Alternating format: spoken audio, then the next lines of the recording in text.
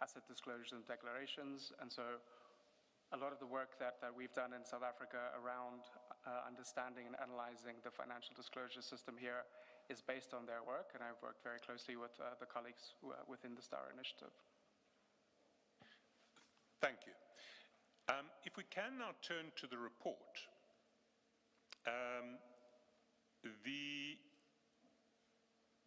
you start with an introduction which essentially describes the field and states the problem. Can I ask you to begin with by just reading paragraph 1 of your report?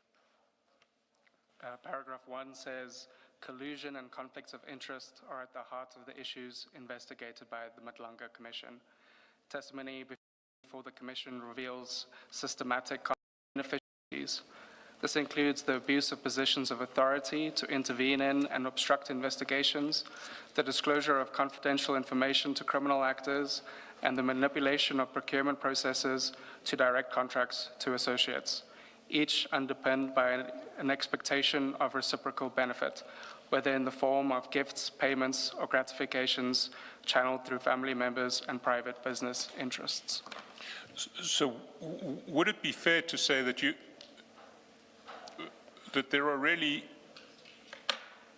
that what you speak to is a problem where, through corrupt infiltration, organized crime has been able to gain purchase over the SAPS through 3 different types of quid pro quo that come on the other side. The first being abuse of authority to intervene and obstruct investigations. The second being the disclosure of confidential information to criminal actors to assist them, and the third relating to procurement processes. You're nodding your head. I think that's correct. I believe that's the evidence before the Commission. And that, of course, speaks to a serious failure in the institutional framework for detecting and combating corrupt infiltration of the SAPS. Again, I must ask you when you agree to say yes as opposed to nod your head, because we, at a later stage, will have a written record. Sure, I agree. So, can we speak to what that institutional framework currently comprises? And in paragraph 2, you talk to that, and you identify the elements within the public service regulations and SAPS regulations that are relevant in this regard, or what they're targeting in this regard. Maybe if I can ask you to pick up there in paragraph 2 and well, to highlight what the system is designed to do. Sure. So within the current framework, in terms of the public service regulations as well as the SAP's own employment regulations, there are a series of measures and mechanisms in place intended to deal with conflicts of interest, to manage integrity within the public sector as well as SAP's. And so that includes mechanisms around financial disclosures, so preparing forms stating your financial interests and assets. It includes protocols around conflict of interest management. If a conflict arises, what is the process in place to determine how to deal with that? A series of other measures, such as protocols around gifts, the limitations on the value of a gift and when it can be received, how it should be reported, prohibitions in terms of outside remunerative work, permissions that have to be granted, and process around that. So collectively, a series of regulations around ensuring that public sector officials behave themselves in line with public sector values with the intention of preventing misconduct, corruption. Now, your report is in large part focused on identifying where the existing system is failing and what its weaknesses are. In paragraph 3, you essentially set out the topics that you're going to be addressing in the report. And can I ask you to pick up there, just providing essentially a roadmap to where we will go today? Sure. So the note starts by talking about corruption prevention as a concept. So this is something distinct from what we often focus on in terms of investigating and prosecuting corruption. So when we talk about corruption prevention, it's all of the measures that I've just mentioned around how do we manage public sector integrity, how do we avoid conflicts of interest. So I start by explaining why this is important in the public sector, why we should care about corruption prevention, and why it matters. The rest of the report looks at corruption prevention, in particular in SAPS, but as applicable to the broader public sector. And a lot of this is through the lens of the financial disclosure system, which forms a very integral part of the corruption prevention architecture. A lot of the accompanying processes build on the financial disclosure system. When we talk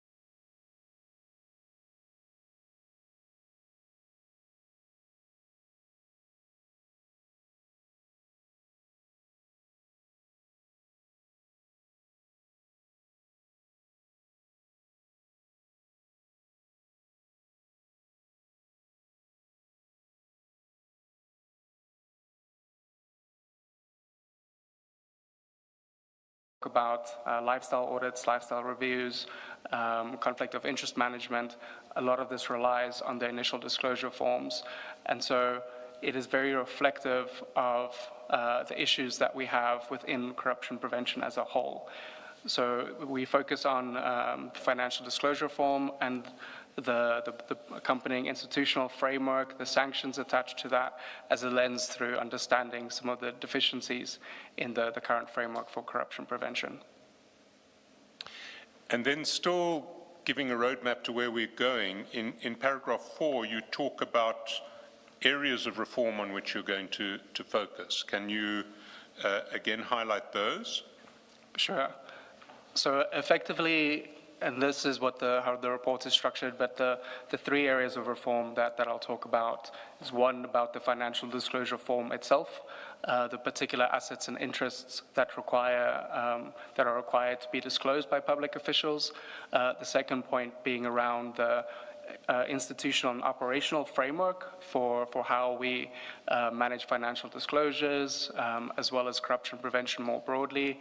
And then the third point being around the sanctions in place. So the questions of consequence management, which are, of course, very important for closing the loop. And I think all of this, effectively, as we go through the report and discuss today, I think all of this, what this points towards is broader restructuring of the anti-corruption architecture, both from a policy regulatory perspective, but also thinking about the necessary institutional reforms to address some of the deficiencies in the current system. If we then start getting to the substantive topics themselves, you deal broadly with the topic of corruption prevention from paragraph 5. And can I ask you to read paragraph 5, or not, if you don't want to read it, to speak to what paragraph 5 talks to? Let me speak to paragraph 5 so we can keep this as a discussion. So I've already mentioned corruption prevention as a concept, as something distinct from investigating and prosecuting corruption. And we can essentially understand this as two types of prevention. The one being deterrent prevention, So it's about raising transparency, ensuring that we have mechanisms in place to ensure that it is more difficult to commit corruption and to get away with it. So in this context, we would talk about things like the financial disclosure system. We would talk about corruption risk assessments and hardening the system against corruption. We'd think about transparency. So deterrent factors, it's about ensuring that it's more difficult to get away with corruption, it's easier to detect it, and so it places external pressures on officials to behave with integrity. The second aspect of prevention that we can focus on is around your intrinsic motivations. So here we talk about constructive prevention, and essentially this is the focus on ethics training, on how you as an individual think about how you conduct yourself, your views on corruption. So when we talk about this kind of corruption prevention, we're more interested in the norms and values, the organizational culture, and how we can change that. So both of these form a very important part of the corruption prevention arsenal and toolkit. And this is one aspect of the broader anti-corruption framework that we can think about to ensure public sector integrity.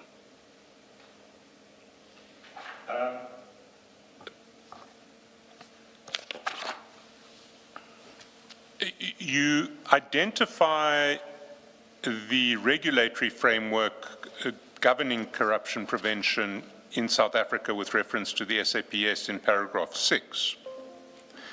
But you make the point in paragraph 7, which I'd like us to dwell on, that one needs to look at the implementation of the framework, and one needs to look at how SAPS itself perceives the way in which it's implementing its framework. And you refer to the annual reports in 2023-24 and 24-25. Those reports are in the, or extracts from those reports are in the exhibit bundle. 23-24 is at page 4, and 24-25 is at page 9. And maybe, I mean, they're very similar, so I don't think we need to go through both. Maybe if I can ask you to focus on the more recent report, 24-25 at page 9, and to highlight what you think is relevant in that regard.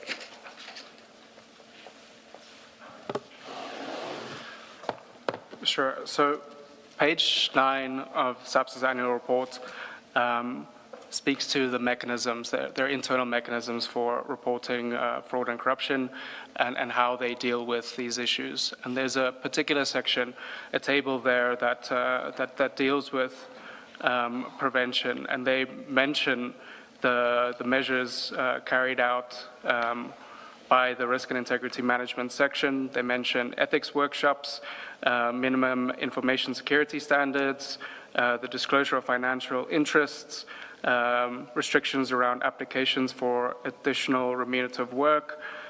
They speak to security screening, declarations around gifts and sponsorship.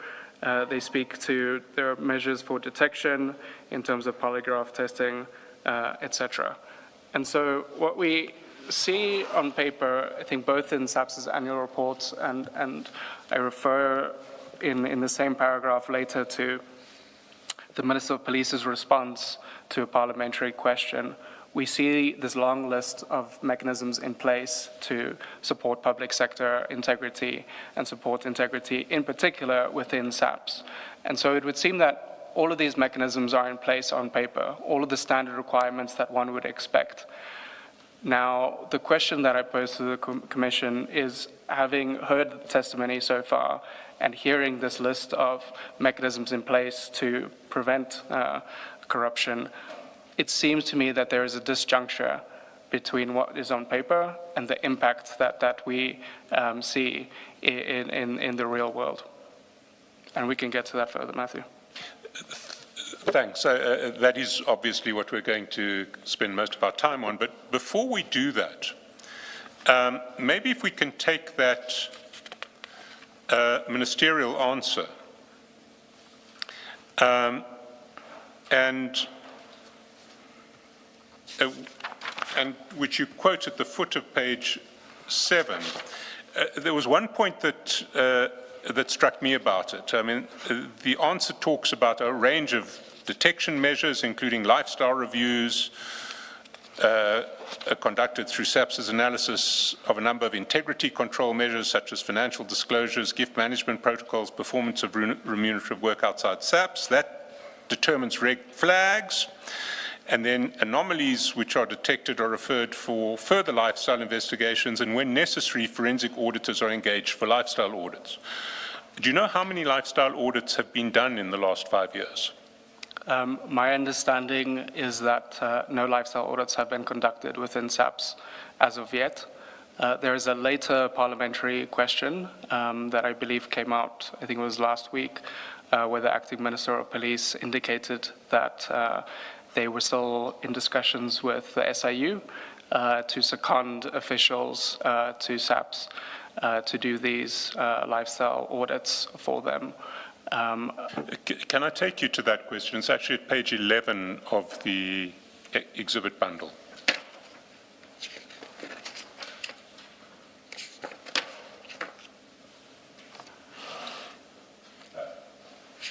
Sorry, page 78. I've got the wrong question. Page 78.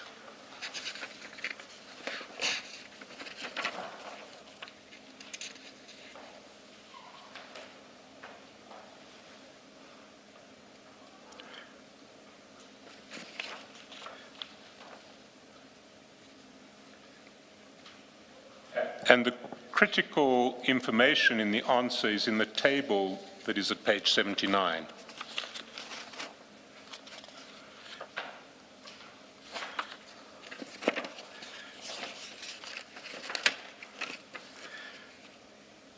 Sorry, Matthew, could you repeat that? 79. The table in page 79 gives you the statistics of what's been done where. 79, right here.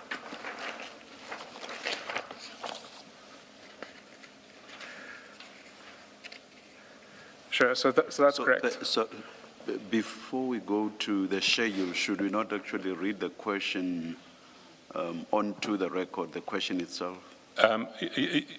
Yes, Chair, that makes a lot of sense. Can I ask you to read what the question was and what the answer is, so we understand what the Minister was answering? So the question was whether any lifestyle audits have been conducted on senior leadership within the South African Police Service in the past 5 years. If not, why not? If so, what A, audits were conducted, B, ranks were subjected to such audits, and what were the outcomes of the specified audits.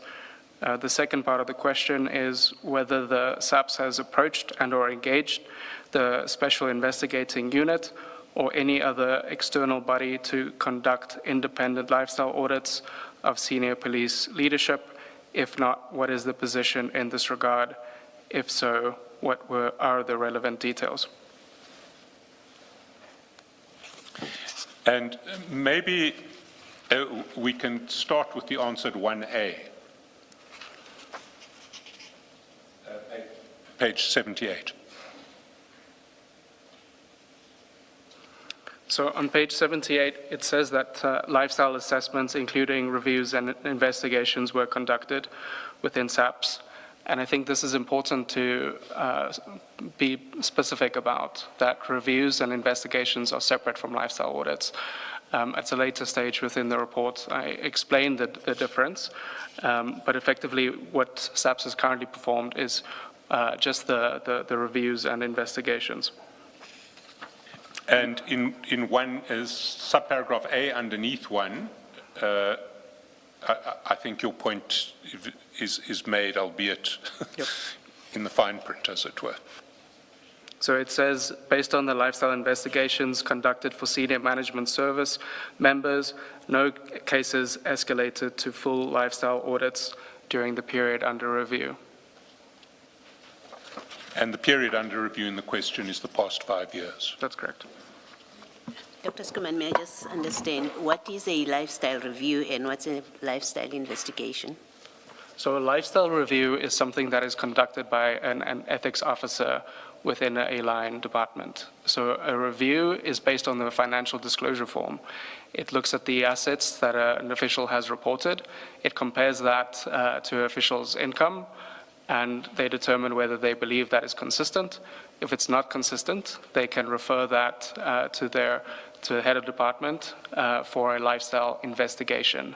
Now, this is the next level of assessment. The lifestyle investigation would be conducted by an investigator, so somebody who would have a bit more expertise in conducting these kinds of investigations. This would look at additional sources of information to determine whether there is potential unexplained wealth, to determine whether an individual might be receiving income from potentially nefarious sources or corrupt sources. So the lifestyle investigation, that would include looking at bank records, that then goes into looking at a person's qualifications. It would look much greater scrutiny of the form and trying to back up what is there, and potentially looking to see if a further kind of criminal investigation would be warranted. And how does an investigation differ from an audit? So an audit would be the next stage. An audit is once you involve a certified auditor, and so they would apply forensic audit techniques. So a lifestyle audit would essentially be a more sophisticated type of investigation being conducted. Thank you. Now, in your answer to Commissioner Baloy, you've essentially anticipated what you say in paragraph 9 of your statement on page 9. Is there anything further that you would want to highlight in relation to the distinction between lifestyle reviews, lifestyle investigations, and lifestyle audits? I think one of the things that we haven't discussed in depth in terms of the response is that within SAPS, every year there have been these lifestyle reviews conducted. And some of them have led, in very few cases, to lifestyle investigations. In each case, they have been cleared. And I think this is an important part of the story to tell, that these are being conducted at the lifestyle review investigation process, but not necessarily turning up any results. And so I say on page 9, at paragraph 9.2, between financial year 2021, 2022, and 23-24, no SAPS officials were referred for lifestyle investigation. In 24-25, 5 of 823 SMS members underwent lifestyle investigations, and all were cleared. And you make the point in paragraph 9.3 that the final stage, lifestyle audits, involves a cost. Can you amplify that? Because that may also explain part of why they don't happen. Sure. So as I mentioned, the lifestyle audit framework, so to speak, that escalates from reviews to investigations to audit, it includes varying degrees of specialty. So initially we start with ethics officers. These are often more junior officials. They're not necessarily specialized investigators. Your lifestyle investigations would ordinarily be conducted by an investigator within the department. So in terms of the minimum anti-corruption capacity requirements, so this is a directive from Cabinet which requires every line ministry to include an internal investigation capacity. This is not always something that is fully functional. In many cases, line ministries don't necessarily have all of the capacity they need to conduct such investigations. When it comes to the lifestyle audit process, this is a very particular skill set as it requires auditors. So this is beyond you might have internal auditors within your department, but it is not something that they would be conducting, these kinds of audits. And the lifestyle audit framework established by the Department of Public Service and Administration specifically states that lifestyle audits should not be conducted by internal auditors. So in the current framework, in lieu of this internal capacity to conduct lifestyle audits, what is happening is that departments are outsourcing these audits. So they would get an external company to conduct these lifestyle audits for them based on the financial disclosure records, or they would enter a secondment arrangement with a special investigating unit. How this works in practice is that these SIU officials are seconded to the department and effectively no longer function with the SIU's powers. So they are functioning as if they were a departmental official. What that practically means is that they no longer have the same mandate, access to resources that they would ordinarily have as an SIU investigator. And so one of the challenges, I think, within the current framework is both the powers related to the lifestyle audits, because this is a question of access to financial records. In the current system, to conduct a lifestyle audit, you would rely on the auditee, so to speak, the declarant, the individual under investigation, to submit their own financial records to the auditee. The challenge with that being is that somebody could very well hide some of their bank records. They can determine what to send somebody. If you have an authority with access to financial systems, they would much more easily be able to see the full scope, the full range of accounts with financial institutions. They would have much more access to the government databases and systems to be able to conduct a thorough audit. But what I should also mention in terms of the cost, so I mentioned here, and this is a cost that has been shared in public domain, of a single individual being audited, that it would cost something between 30 to 50,000 Rand. And the reality across the public sector right now is that these lifestyle audits have turned up very little. And I don't think it's necessarily an indictment of the lifestyle audit process itself. I think it is a noble objective. It is an important part of the anti-corruption response. I think the issue is with the current approach that we use, some of the gaps in our approach in terms of the financial disclosure reforms, what officials are required to disclose, the institutional framework around how these lifestyle audits happen. So this speaks to the issue of the powers that I've mentioned. And then the final aspect being the question of consequence management if something were to turn up. And so much of what I would speak to today is around those 3 points, but highlighting here the issue that these are very costly, but currently largely ineffective. Can I just clarify, because it is a point that you've made, but it seems to me to be a particularly important point, which is that whether they're conducted by private auditors or by SIU auditors seconded to SAPS, the persons conducting lifestyle audits have no statutory powers to collect information from financial institutions. So they depend entirely on information that is voluntarily provided by the person they are auditing. That is my understanding, that's correct.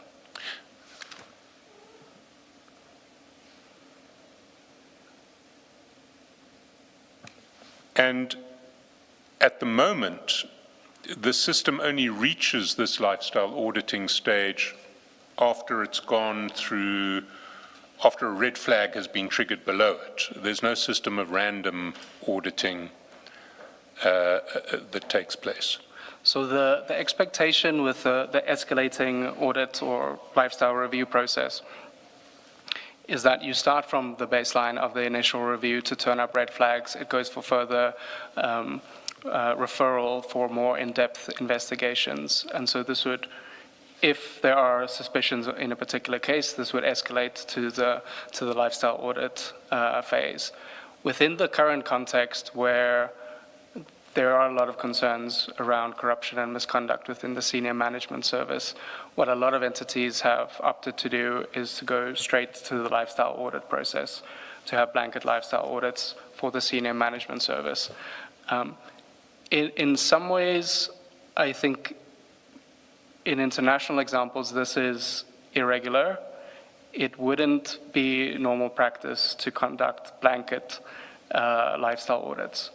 Ordinarily, a lifestyle audit is something that you do when you have good evidence that there is some kind of concern around an individual that warrants this kind of more in-depth investigation.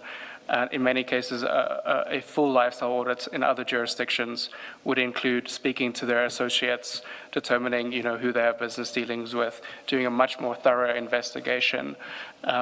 This blanket approach, I think, is reflective of the fact that the financial disclosure system, the verification, the lifestyle reviews, so far have not been turning up anything.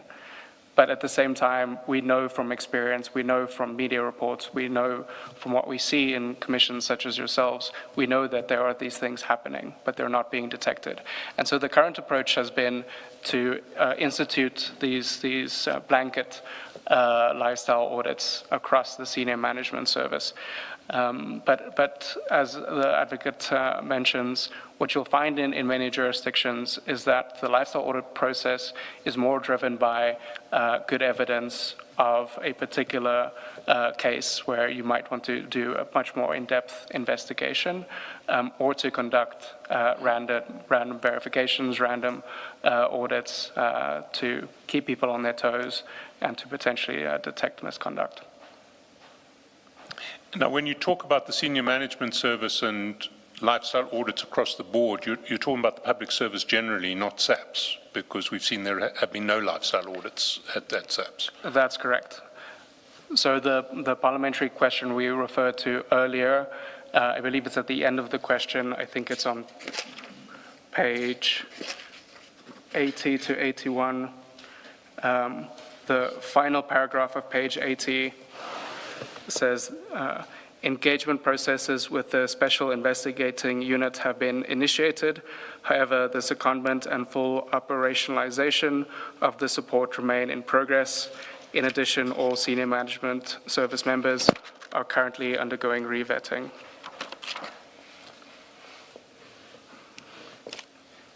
If I can also point to the paragraph in the middle, just below the table, it's highlighted with a 2.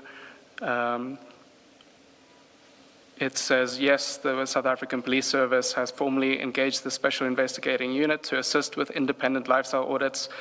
The National Commissioner signed a formal request on 5 August 2025, which was submitted on 6 August 2025, requesting the secondment of SIU personnel to support SAPS in conducting lifestyle audits. The parliamentary question in question was replied to this response that I'm reading from now. This was early July. I think the exact date may be on here, the 5th of June. So as of the 5th of June, the SIU has not yet been seconded to SAPS to support lifestyle audits. That's 5th of June 2026. 26, that's correct. Now, we're going to get in due course to the problems of the disclosure form at the root of the problem. But before we do that, you make an important point in paragraphs 10 to 12 about the limits of, shall we say, cultural change attempts to address corruption in the present environment. Can I ask you to highlight those points? Sure. So you'll recall at the start of my presentation, I discussed the different approaches to corruption prevention in terms of deterrent prevention and constructive prevention.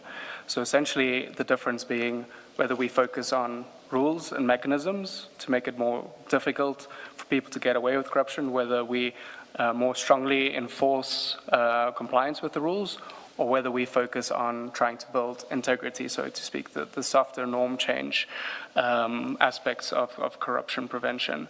And what I speak to in paragraph 10 and 11 and 12 is about where we should place the emphasis effectively. Do we focus on an idea of building ethics and training people and encouraging them to engage ethically? Or do we strengthen the legal and regulatory mechanisms to compel compliance with the rules, raise the standards? And in paragraph 10, I speak again to the SAP's annual report, in which they have a performance indicator related to this question of integrity and professionalism. And there are some figures there that reflect the progress on this particular indicator. And this is based on internal workforce survey that was conducted to determine how SAPs see professionalism within their own organization. And I'll read here from paragraph 10 on page 10. And it says, I'll start in the middle, that it says the latest SAPS survey conducted in 22-23 found that only 24.4% of SAPS officials agreed that the police conduct themselves professionally, while 31.6% agreed that the police do not abuse their power. And so the point that I want to make here is by SAPS's own internal surveys, the way most people see their own organizational culture is that they don't see it as an institution with great integrity, that they recognize that their colleagues do not behave the way that they should. In many cases, they understand that misconduct is rife. And so when we compare this to some of the initiatives mentioned in terms of advocacy programs, in terms of campaigns, in terms of statements to say that we do not tolerate corruption, it's very difficult to imagine how a message like that cuts through when people's everyday lived experience is their colleagues engaging in misbehavior. And so to turn around an organizational culture like this, you cannot solely rely on messages about ethics and integrity. What you really need to do is focus on strengthening these other types of controls around your legal and regulatory mechanisms, ensuring that you have the right policy framework, the right controls in place, the right measures for detecting this kind of misconduct to bring people into line. And the purpose of that is that over time, when you have this kind of rule-based compliance, people realize that this is what has become the norm. That you see your colleagues, they're all filling out their financial disclosure forms correctly. They're treating citizens with the kind of respect that they deserve. So it's much more difficult for you to fall out of line with that. So once everybody starts complying with the rules, ethics starts developing in and of itself over time. And I'll refer to here, I think often about, there's a professor at the University of Oxford, a gentleman by the name of Christopher Stone, who's done a lot of work looking at organizational turnarounds, particularly in law enforcement, to deal with corruption around the world. And he always makes the argument that what you find in most organizations is a large middle group of people that are neither extremely ethical nor unethical. This is a group of people that go along with what the cultural norm is. They will turn a blind eye towards misconduct because they don't want to get involved. They will follow the rules and behave ethically because that is what is required of them. And so he makes the argument that to switch the organizational culture, to win over this middle that you can be persuaded, it's about these types of mechanisms to bring integrity back into the norm through rule-based following. And that is the kind of approach that I think that South Africa should be focusing on, I think particularly within SAPS, but as the broader public sector as well, to restore ethics, to not just focus on issues such as training and promoting ethics, but really thinking about the types of controls that are in place to enforce discipline and ensure that there are consequences for misconduct.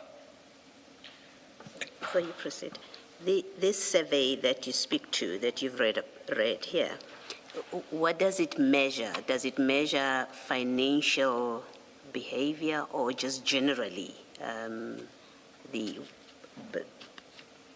corruption in general, professionalism? What exactly was it measuring? So I don't have the exact question that was posed. This comes from the SAP's annual report. And so I've used their particular wording around the percentage of officials that agreed that their colleagues, the police, conduct themselves professionally and ethically. That was the question from the SAP's report. Thank you.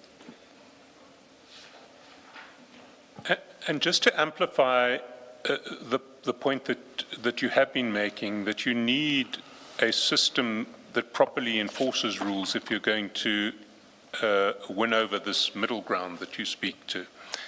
Can I ask you just essentially to read paragraphs 11.1 and 11.2, which really speak to why that's necessary? Sure. So 11.1 says, where corruption is embedded in institutional culture, ethical appeals tend to fall flat because the system itself rewards corrupt behavior and punishes those who resist it.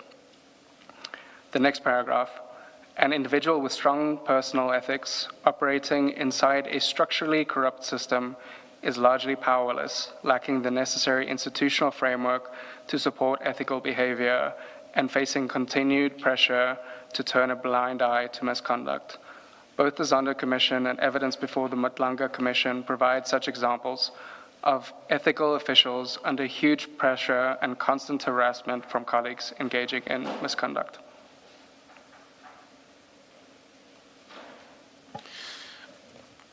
So if we can move now to where you see the specific technical problems in the current system. And can we start at paragraph 13 on page 12, where you're talking about financial disclosure as the cornerstone of integrity management? Sure. So the starting point of the integrity framework to a large extent is the financial disclosure system. And the reason why I say this is that a lot of our other controls build on this or build around it. So when we speak to issues around conflicts of interest, the way that we currently determine whether an official has current conflicts of interest is through the financial disclosure form. It is the companies that they disclose on their forms that we then check whether they are on the central suppliers database, whether they might be engaging in business with the state, or whether this company might be involved in a sector, for example, that might pose some kind of conflict of interest. It's the same with the lifestyle review and the lifestyle audit process. All of this builds on the initial disclosures. So it is really a critical component, and it has such downstream effects when we get this wrong, when there are omissions in this initial form, areas and blind spots that we don't check. Down the line, when we're trying to understand an individual's potential conflicts of interest, if we don't know what companies they themselves are involved in, if we don't know what companies their family members are involved in, we're much less able to determine what an individual's conflicts of interest are.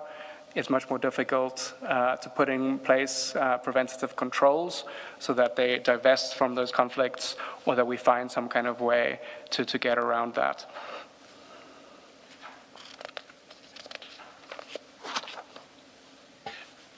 And then in paragraph 14, you start detailing some of the problems that you see in the current disclosure regime.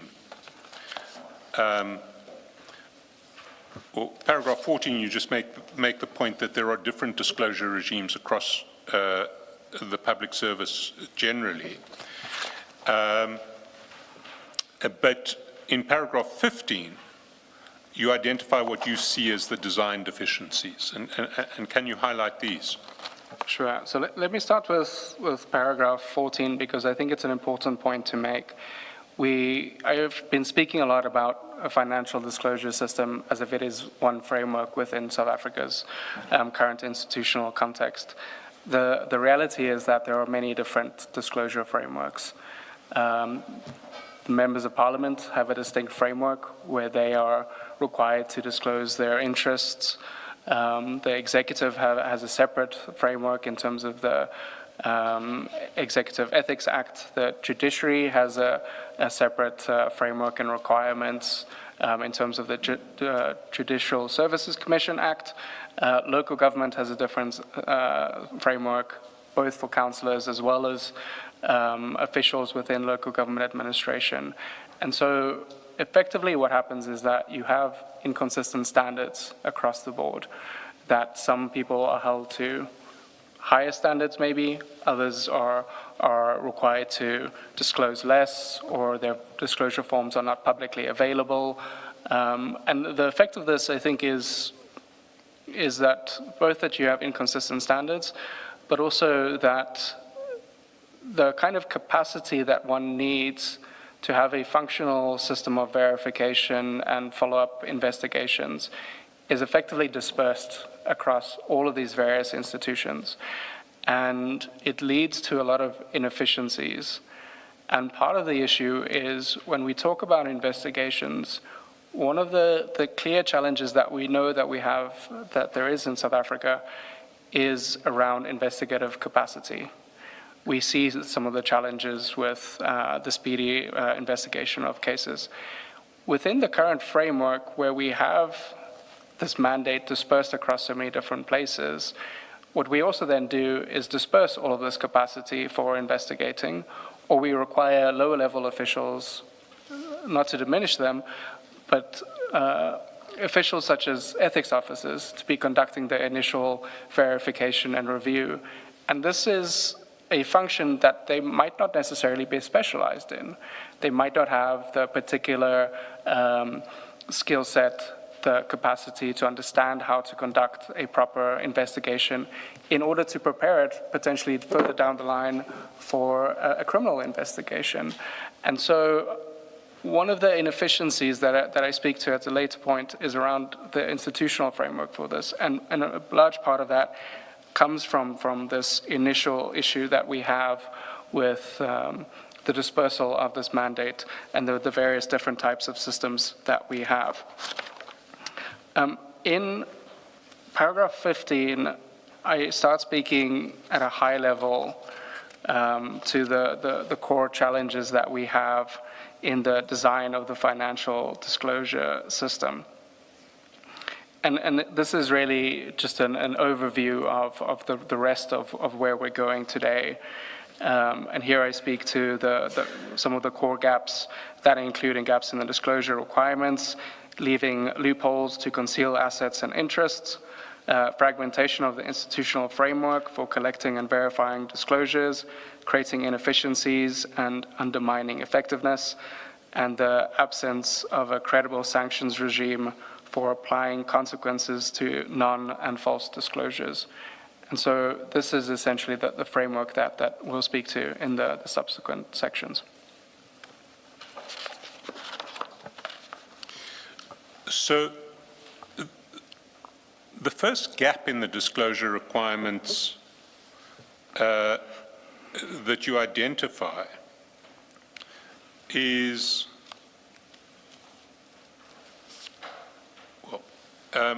paragraph 17, where you talk to the exclusion of family members from disclosure obligations. Can you highlight that? Sure. So the current form and disclosure requirements only apply to the individual, whether that's a public servant, elected official, etc. In each of these cases, it is only you as a person. We know that this, from international experience, we know that this is not sufficient. One of the easiest ways of concealing your financial interests and wealth is to place these same companies in the name of your immediate family members. And so it doesn't really take that much to hide these assets in the current framework. It doesn't require a whole lot of sophistication even to put a company in your wife's name that might be doing business with the state, or in the name of your children, to put a car or a piece of property that you've been given as a gift to rather register that in somebody else's name. And part of the challenge with not extending these requirements to your immediate family members is both the concealment of these assets and your financial interests, but the effect that, downstream effect that has, for example, on managing conflicts of interest. If we, as a, say, for example, as a public service commission or line ministry, if we're not aware of your wife or husband financial interests in, for example, let's say medical supplies, and you work in the Department of Health, that can potentially pose a very direct conflict of interest.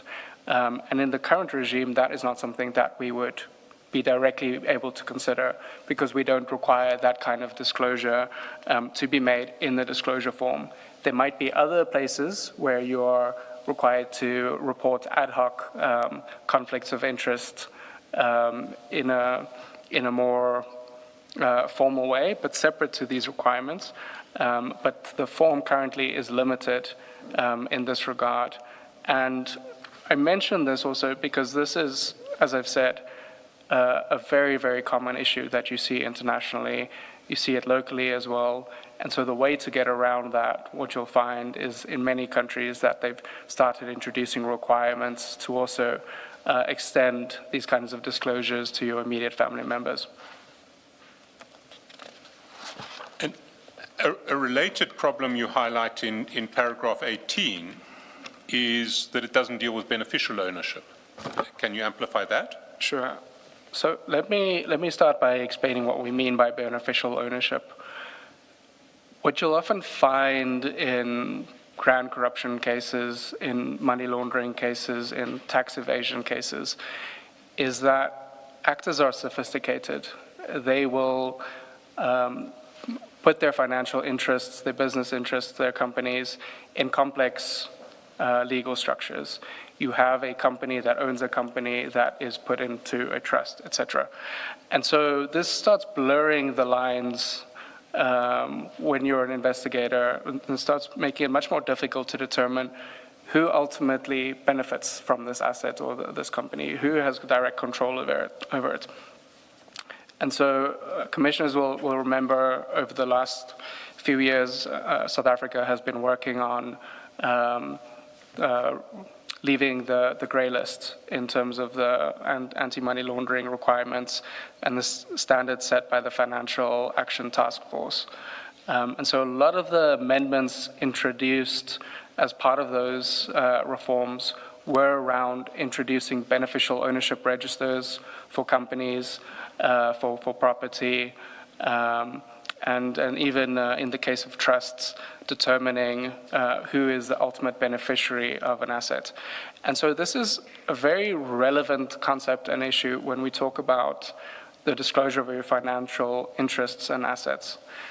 Because if we don't require an official, and we don't make this clear that an official needs to disclose their beneficial ownership and interests in companies or property, effectively what we're leaving open again for them is to just use some kind of a nominee or intermediary structure that they can transfer all of those funds in, put it in a trust, or find some kind of way that an official doesn't have to declare these assets or interests because they're not in your official name. So purely by having this small arm's length of distance between you and an asset, you can prepare your disclosure form entirely correctly. You can fill it out without having to worry about all of those things that you haven't disclosed, and you'd be following the rules. And I think that that's part of the challenge here, that we've left open, I think, both with the family members and the beneficial ownership issues, we've left open two of the biggest gaps that we know internationally are used in grand corruption schemes. And these are issues that are quite significant and I think quite substantial vulnerabilities. And it's something that is not just in one particular section of the financial disclosure requirements. It is a principle that needs to be applied throughout. So in every section that you would have to speak to your beneficial interests, for example, when it relates to property, when it relates to companies, etc. So we've now highlighted two blind spots of the form. In paragraph 19, you deal with specific categories of assets that the form doesn't ask for. And can you take us through those? Sure. So it's not just categories of assets, it's issues relating to assets. That's correct. So in the current approach for each asset that you declare within a category, let me use the example of purchasing a house or owning a house. Within this particular category, there are 4 or 5 specific pieces of detail that you need to provide about this property. You would have to explain where it's located. You might have to explain what the value of the property is. But there are additional pieces of information that are really important for subsequent processes when we get to the stage of lifestyle reviews and investigations. So this additional information that one also needs to know is when was this property acquired? How was it acquired? What did how much did it cost when you paid it? And so it's about more consistently being able to describe a full picture of your financial status, so that over time with these forms, we can see the changes, we can see a person disposed of this asset that freed up capital to purchase a new asset. And so it helps us understand what these changes look like with time, but also detect potential cases where somebody all of a sudden shows up with assets that have previously been undeclared, and you might have questions.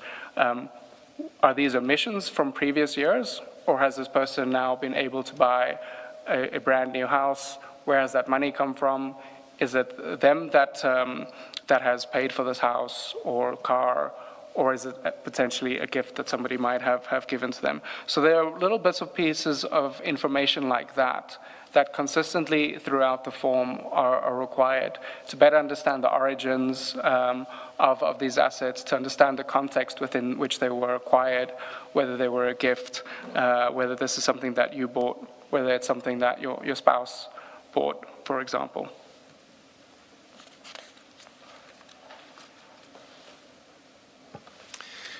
Then moving on to the next category, which I anticipated, which is types of assets that fall outside the scope of the current form.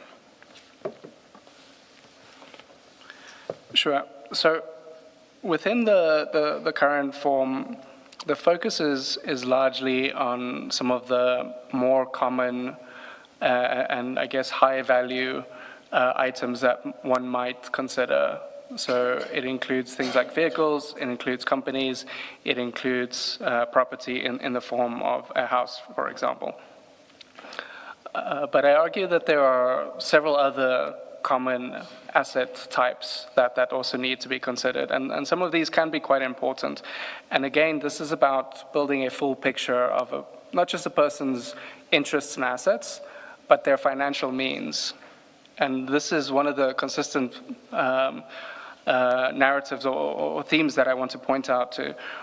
Across the form, what we need to do and what we need to be able to do is understand the kind of flows of an individual's financial status, of what kind of wealth is coming in, where is it going, where is it being spent. So some of the assets that I mentioned that currently are outside of the scope of the form, this includes high-value movable property other than vehicles. So for example, things like jewelry, precious stones, livestock, and other similar high-value items that might hold quite significant value, but might not necessarily be disclosed and are not required to be disclosed.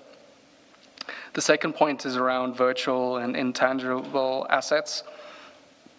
And here I particularly mean cryptocurrencies or other kind of digital tokens that can often hold substantial value. And in many cases, this is an asset that is extraordinarily easy to transfer, both between individuals, across borders, and can hold a huge amount of value, and is not something that we would currently be considering in the framework. The third point that I make is around monetary assets.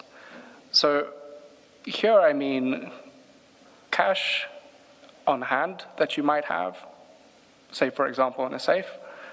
It means your bank accounts, being able to, in your financial disclosure form, not just say I own 2 cars and a house, to say I own 2 cars, a house, and 2 million rand in a bank account, for example. Having that level of detail is important for understanding the origins of assets down the line, for understanding people's financial means when they acquire new assets. And so, again, this is part about understanding the full picture, understanding changes over time. And then I also raise a point around the form currently focuses on, it's a new section that was added, I believe, in the last amendment in 2023 that introduces a section where an individual must report any liabilities, so loans that they owe somebody. What you also need to understand is money that is potentially owed to an individual, so loans that they may have given out. So that's relevant both for the question of understanding a person's financial means, their sources of income, and what's happening there, but also what kind of relationships they might have to other actors and their associates. We might want to ask questions around why an individual is loaning potentially a large amount to somebody else, and what kind of obligations are tied to that, and what does that relationship look like practically. Dr. Silman, how do these forms treat, it's a modern phenomenon where something is neither an asset nor a loan in the true sense, but a public official has the right of use of an asset, either a house or a car, that belongs to somebody else. How do the forms treat that? Because it's not a loan to you, it's not an asset registered in your name, it belongs to a shady third party who purchases it in their own name, but you have access and right to use it as and when you please. Do the forms deal with that, and how do they deal with it? So it's an excellent question, and this relates to our definition of beneficial ownership. So it's not just about ownership, but as you say, about beneficial use, and making that clear. And so the way to approach this in your form, and this is much simpler in an electronic format, but for each asset that you declare, that you state, this is an asset that I own under my name individually, or that I have beneficial use of, I have beneficial control, or I have joint ownership maybe with my spouse, etc. And so this deals with that issue of beneficial use. And so with something like this, you'd have to very clearly establish what the requirements are. And this is why good guidance is important, why you need advisory services to advise people on how to prepare their forms so that they can ensure that they're preparing the forms correctly. But it's a fantastic example of why it's important to ensure that these requirements are as broad as possible so that people can fill out all kinds of interesting situations that they might find themselves in to ensure that we have a full picture of their circumstances, of their interests. Because I can imagine a situation where a senior general in the SAPS drives a 3 million rand car, and then when it comes time to disclose, he says, well, it's not mine, so I don't have to disclose it. And there's nothing the SAPS can do about it because it's really not his car, it's his friend's car or somebody else's car, although it parks in his garage every day and he uses it every day. That's exactly it. And I think that's a great example of why this current gap in requiring disclosure of beneficial ownership or beneficial interest is such an important one, because that official can entirely declare that they own 0 cars and they would be following the rules. There is nothing we can do about them, and it would be correct. But we know that there is another reality, there's a factual experience on the ground that differs from what is required.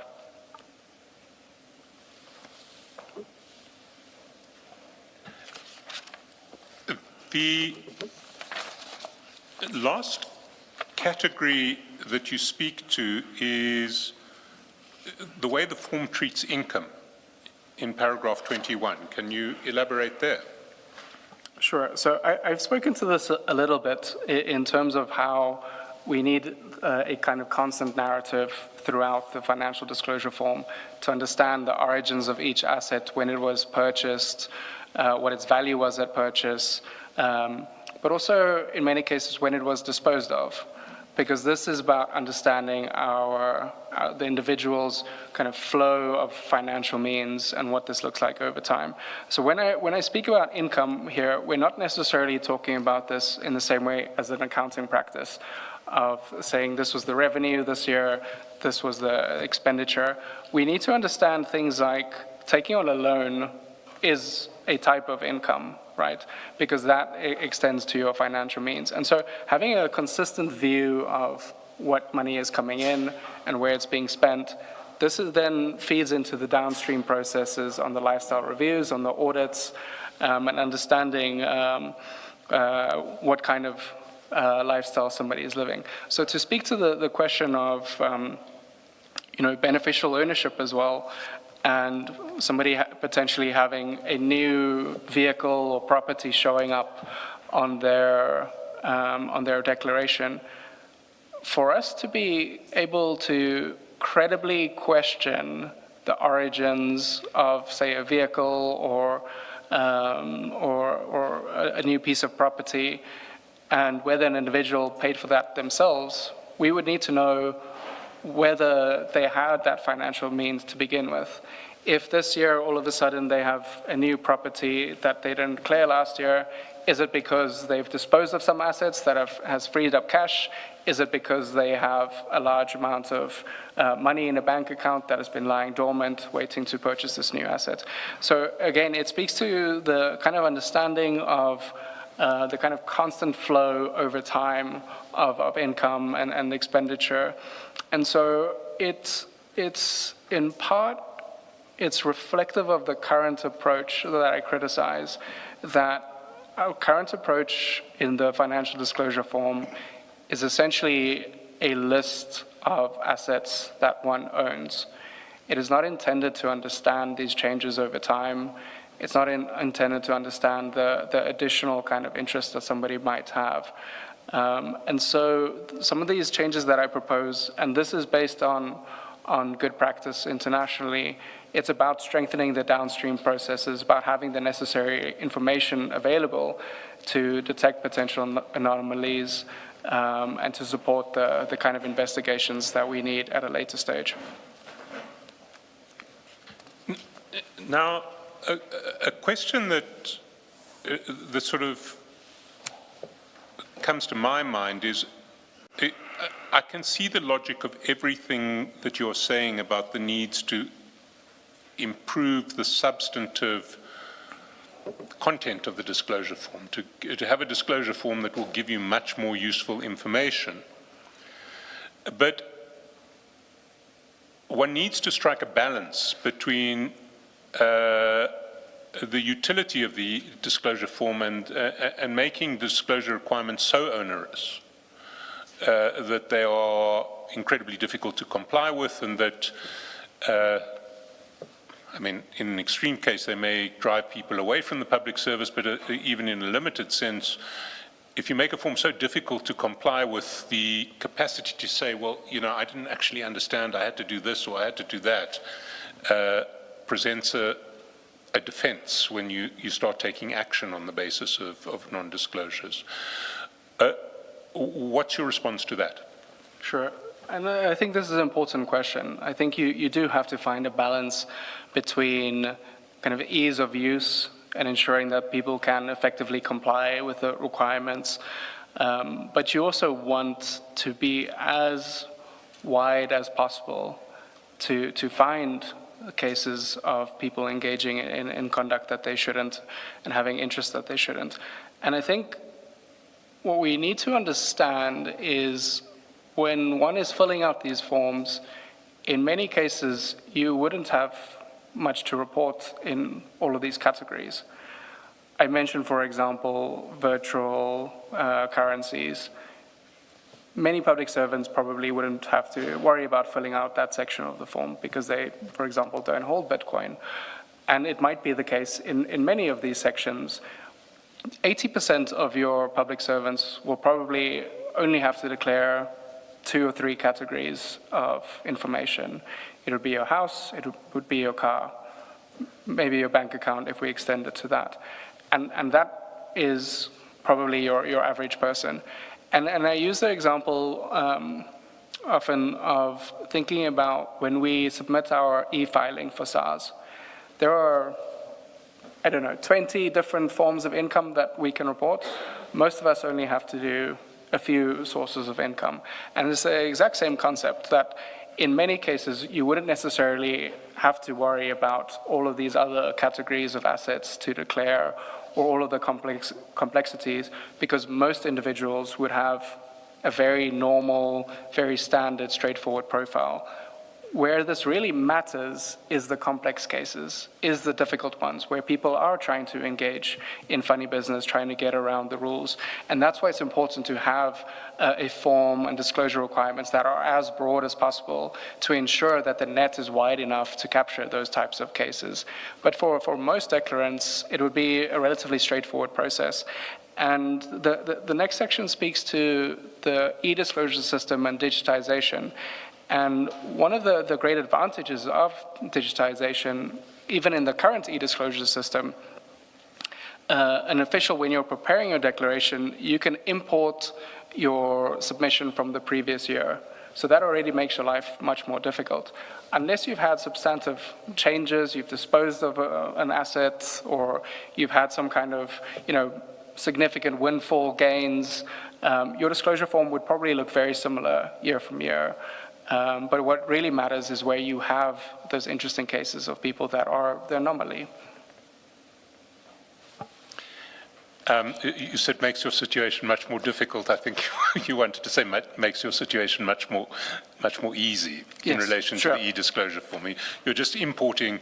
So essentially, if I understand your evidence, what you're saying is that if a comprehensive form is introduced, in most cases, it's not going to affect public servants because most public servants have a very limited range of income and assets that need to be disclosed. It's important to have the complicated or the comprehensive form because you need to have enough information to catch people who are essentially making unlawful income and hiding it. There may be one or two, or there may be a limited class of people who have behaved perfectly legally, but may nevertheless find it a bit onerous to disclose all of their assets for reasons unrelated to corrupt income. But with an e-disclosure system, that's a once-off onerous, for the most part, that's a once-off onerous process. You'll just import everything thereafter, and it's only if there are dramatic movements in your assets and income that you need to disclose that it's going to be an ongoing problem, and those cases are going to be few and far between. Yeah, I think that's exactly right. I think for most people, for most categories, you would just say nothing to declare, and you can move on to the next one.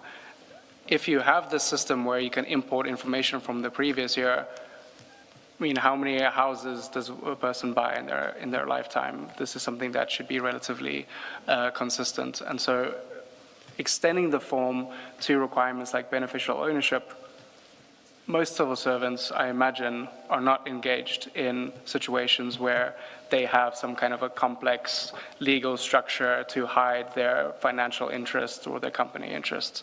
And so something like that wouldn't necessarily impact most people substantively. Can you then, we'll now get to the e-disclosure system, and can you take the Commission through what you say in paragraph 22, which explains what the system currently does, and then get to the deficiencies in the system? Sure. So the e-disclosure system, in many ways, in its current form, is purely replicating what you would have on a paper form, but just in a digital format.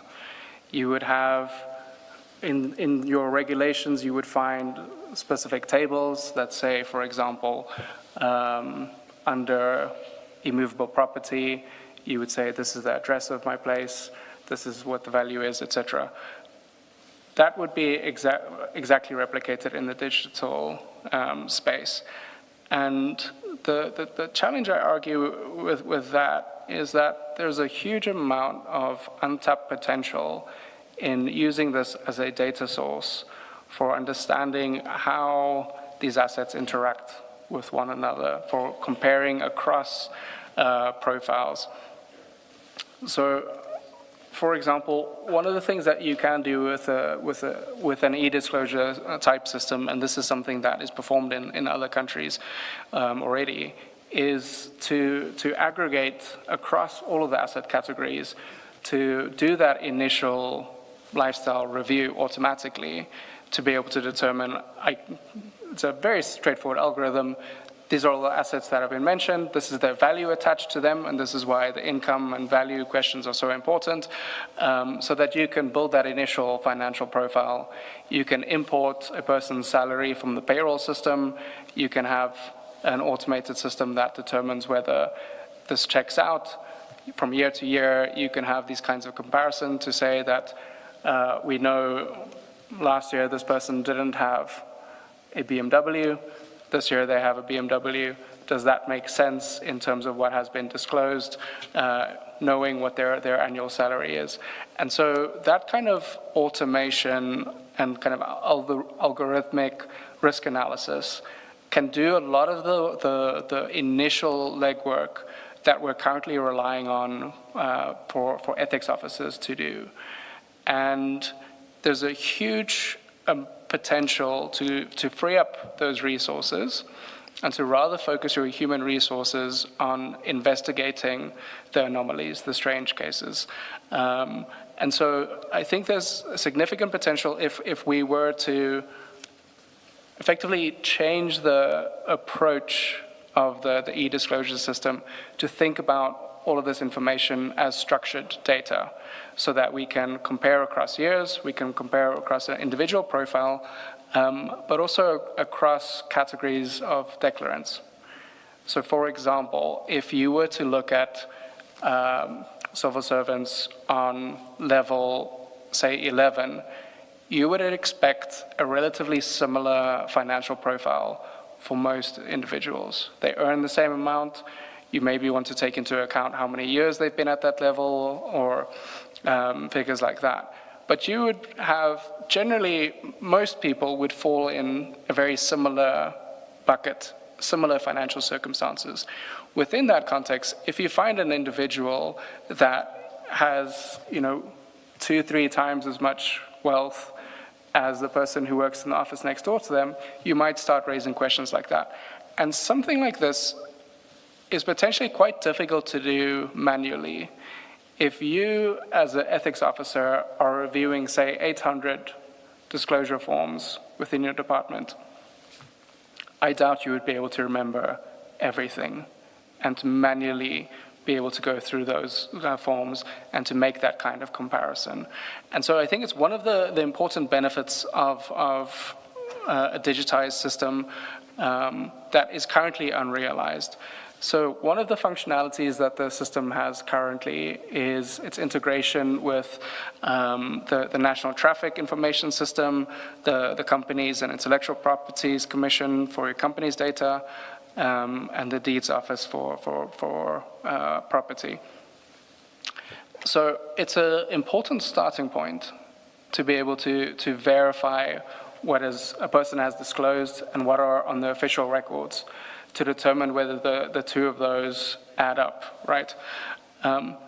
Currently, it's not automated, so this information is pulled into the e-disclosure system, and then the ethics officer themselves will have to look, the person declared this, on the official records we have this, and then determine whether this is correct. Again, this is something that can very easily be automated and immediately throw up red flags if there are these kind of discrepancies. Yeah, I think that covers most of the issues. Can I just highlight one point that I think you made, but I just want to clarify I didn't misunderstand you. You said earlier that in the e-disclosure system, it will automatically populate all of the line items with your last year's disclosure. But if I understood you just now, you were saying what the system doesn't do is flag discrepancies between this year's disclosure and last year's disclosure. So it has the information, but it doesn't do the automated comparison. That's my understanding, that's correct. So unless an ethics officer or an official from the Public Service Commission that's reviewing these declarations and doing the verification, unless they were to go to an individual's previous year's disclosure, the system wouldn't automatically pick that up. The only red flags that they currently have in the system is around other remunerative work and gift declarations. So the e-disclosure digital architecture includes a gift registry, and it includes a section where one would upload the documents showing that their other remunerative work was approved. If the person mentions outside work on their financial disclosure form, the one type of verification, automated verification, that the system will do is to see whether a file is found within the register for other remunerative work. So the current system has very limited red flags, automated red flags, for detecting these kind of anomalies.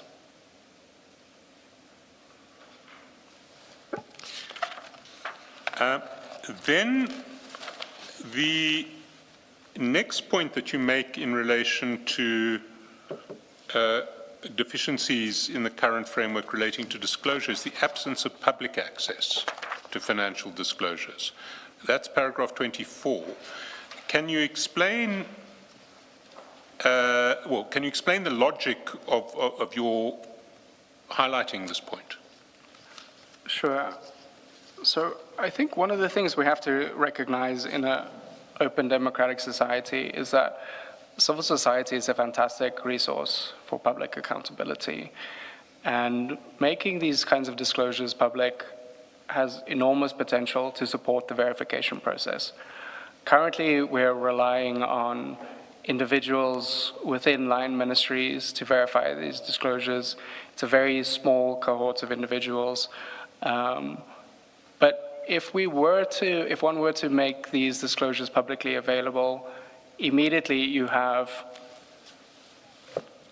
much more public interest. You have civil society organizations that would be supporting the verification process themselves.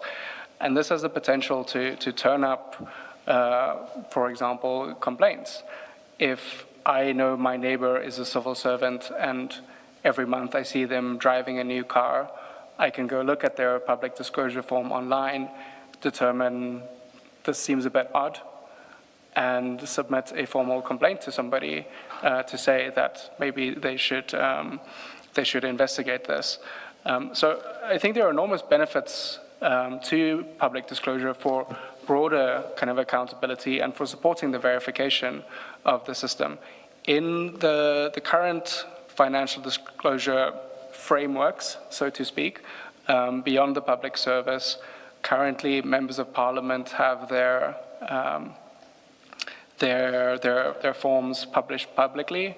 I think it's a good example where we already see civil society taking that one step further. So currently, I believe it's the Parliamentary Monitoring Group that they themselves have distilled this information into a website so that you can see from year to year what a Member of Parliament disclosed. And that also creates a new kind of potential for civil society organizations themselves to develop, automated verification tools to be able to hold people accountable. And so the idea of public disclosure, it's not foreign in South Africa. It's something that we already do in isolated cases. In the local government framework, there is discretion to make financial disclosures public. And so evidently, this is something that would be possible within our legal framework. And I mention in the report, I mention 2 examples, and they're representative of the ways many countries do this. But I mentioned, for example, Ukraine that publishes the declarations for nearly 800,000 individuals. Now, can you imagine if a handful of ethics officers had to verify 800,000 declarations themselves? It would take an extraordinary amount of time. And using as I mentioned, leveraging the public more broadly to hold their neighbors accountable, for civil society organizations to look into these disclosures, we start outsourcing the kind of verification and start strengthening the verification measures. And it's not necessarily that you have to publish every detail of the financial disclosure form. So I mentioned here the example from Sri Lanka, from their Anti-Corruption Act that was recently adopted, where these disclosures are published in a redacted form. So you would say that they own a property in this city, for example, or they own this make of car, but you don't necessarily say the address, you don't say what the registration number of the car is, etc. So you can find a balance between public access and the individual's right to privacy. And the same applies when we speak to the issue of family members. So it is something that you'll see in many cases, that in cases where you require an individual to disclose the interests of their immediate family members as well, that those disclosures don't necessarily have to be made public, because that then respects the privacy of the individuals that are outside of the public service. But I think one of the common concerns around this is what does the legal framework for this look like, and whether you'd be violating the rights of a public servant, their right to privacy. But one of the things we have to understand, even POPI, the protection of information, of personal information and privacy, it recognizes that there are legitimate circumstances in which privacy can be restricted. And it specifically talks about corruption and corruption investigations. And in many countries, what they would do, it's part of your conditions of service that you have to abide to a certain code of conduct, to certain ethical requirements. And this kind of public disclosure would merely be part of those requirements as your conditions of service as a member of the civil service. I actually wanted to ask a question that relates to privacy concerns, but in a slightly different context. You touch on it in the context of disclosures being made public. My question relates to the instance where disclosures would have, as you touched on this before, would have to be extended beyond the official consent. For example, even to family members. So I thought, before you touched on the privacy concerns, I actually thought of those, because even your immediate family members are not you, the official. So there would naturally be privacy concerns there. And I thought in South Africa there could possibly be constitutional issues around it. Not that this would necessarily not be surmountable. For example, we have Section 36 of the Constitution, which says there may be justification for the infringement of rights. But at the stage when you first introduce this, say through an act of parliament, you may not know whether the courts will ultimately say that this is justifiable. I just thought of raising that and maybe find out whether you have some experience in other countries about what has happened in this regard. I think that's an entirely fair question, but I think the way that you framed it, in terms of the constitutional requirements, it does recognize that there are instances in which these rights can be limited. And framing this within the context of your conditions of service as a member of the civil service, for example, or an individual working in the public sector, creates a limitation on the infringement of these rights to privacy. If we I'm very sorry to interrupt you. Yeah. Your answer relates to the officials' conditions of service. Yes. The members of your immediate family are not employees, so this would not apply to them. Yes, that's correct. And this is why I was saying in the Sri Lanka example that you often have redacted sections where you wouldn't extend this necessarily, the public disclosure requirements to family members that are outside of the public service to respect their right to privacy. I'm talking even outside of public disclosure.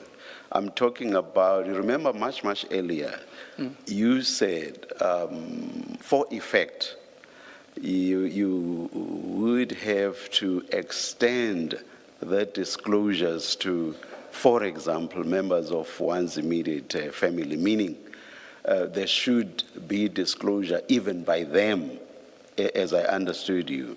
So that has nothing to do with public disclosure. Right. It's more them also disclosing, not necessarily publicly. Do you get what I mean? I follow. And that's where my privacy concerns arise. I understand the question now. So it's the initial requirement for a family member to disclose, and I think that's a fair question. I don't think I would be able to confidently speak to, what this would look like.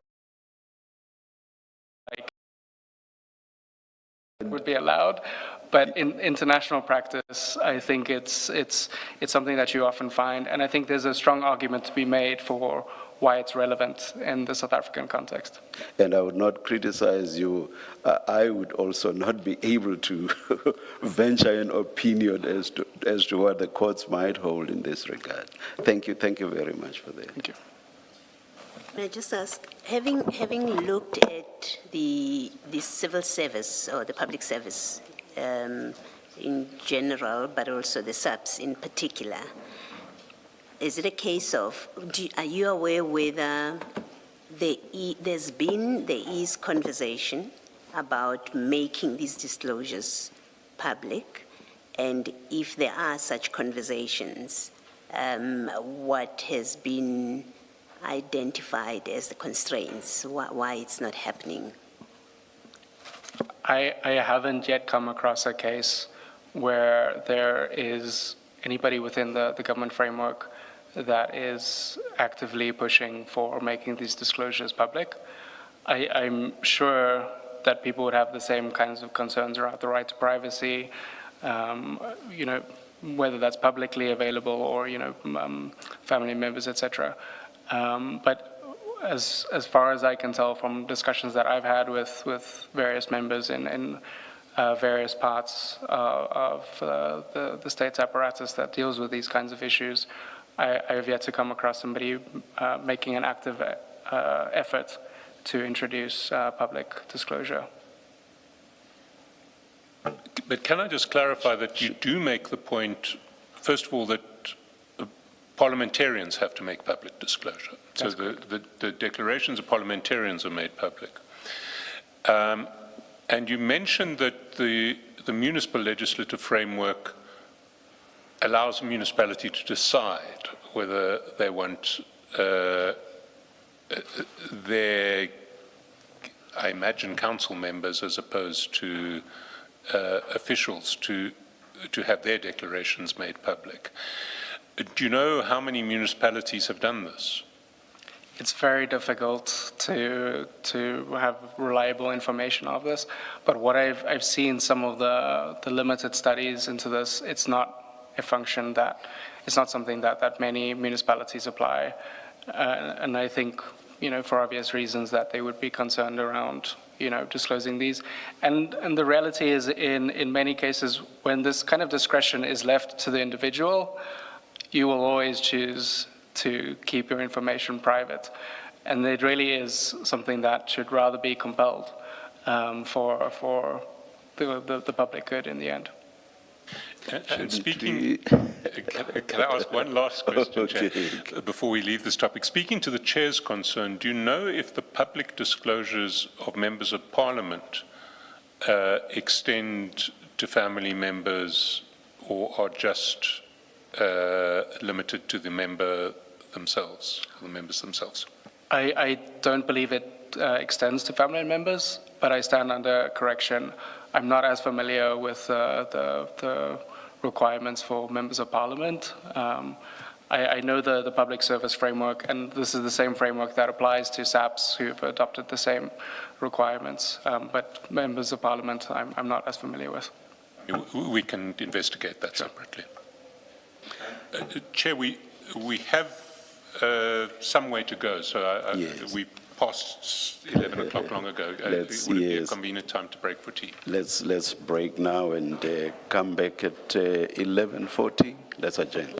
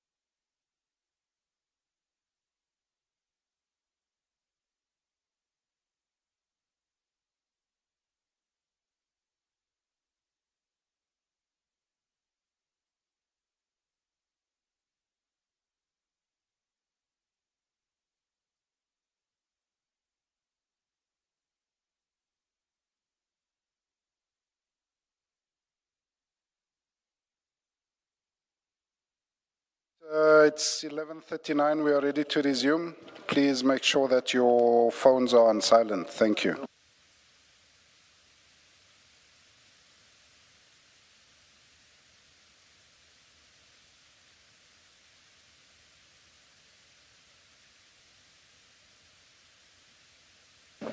Yes, Mr. Chatterton.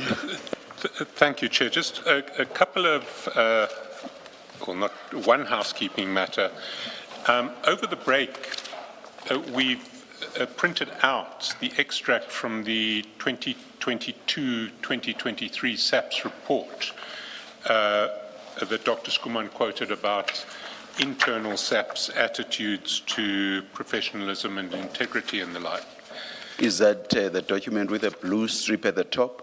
It is. Oh. Can I suggest we just paginate it from 493 at the end of the existing exhibits bundle?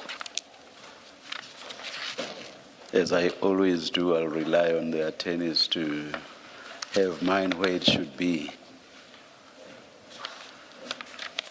And then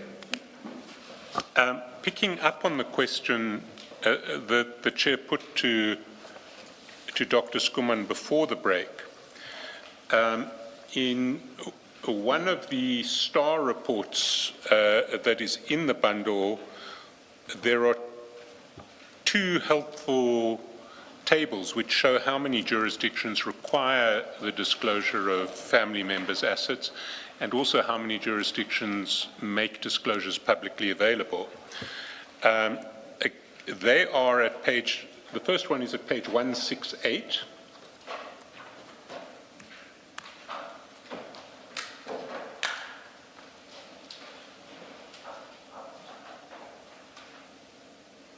And there is a bar graph at the top of that page which shows that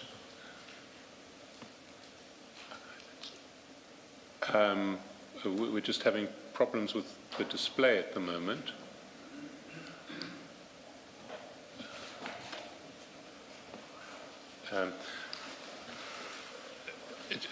Chair, can I just ask if we have a minute just to try and sort this out, because we won't be able to display anything. It's not that this is a particularly important document, but there will be other reasons to display things.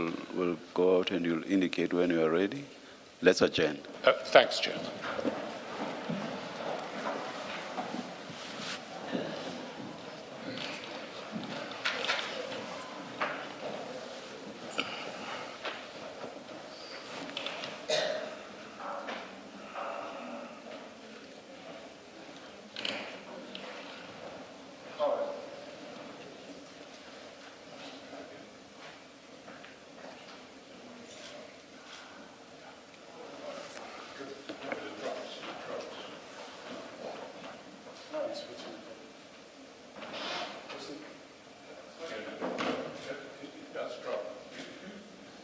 Switch it on.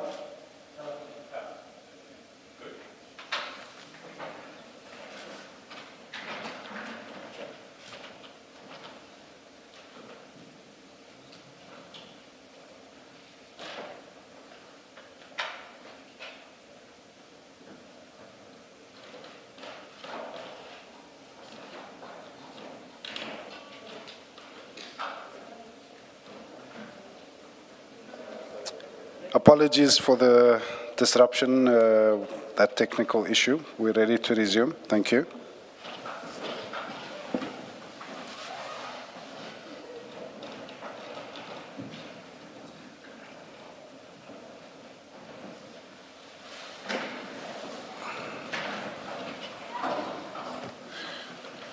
Apologies, Chair. No problem at all. So what we see at page 168 is that in relation to required disclosure of assets of family members in low-income countries, 38% of countries require such disclosure. In lower middle-income countries, 79%. In upper middle-income countries, 85%. What's interesting is when you get to high-income countries, they're more concerned about hiding their family members' assets, it drops to 51%.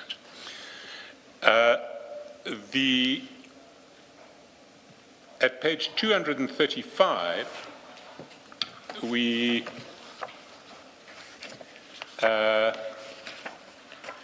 have two tables which deal with the requirement of public disclosure. And the first is by region, and the second is by income category. So if we look at the first table, figure 6.2, the higher income OECD countries, 97% require public disclosure. Europe and Central Asia, 71%, Asia, 55%, Sub-Saharan Africa, 38%, Latin America and the Caribbean, 30%, Middle East and North Africa, 27%.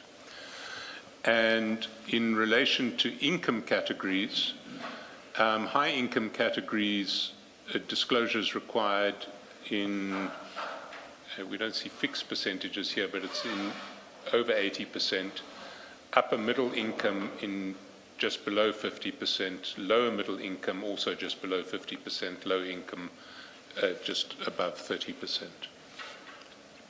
So there certainly is fairly widespread comparative precedent both for requiring disclosure of family members' assets and for making disclosure publicly available. Mr. Chaskalson, the date of this report, it's as at when? For that, I'm going to ask Dr. Skuman to help. It is we'll get a date. It is,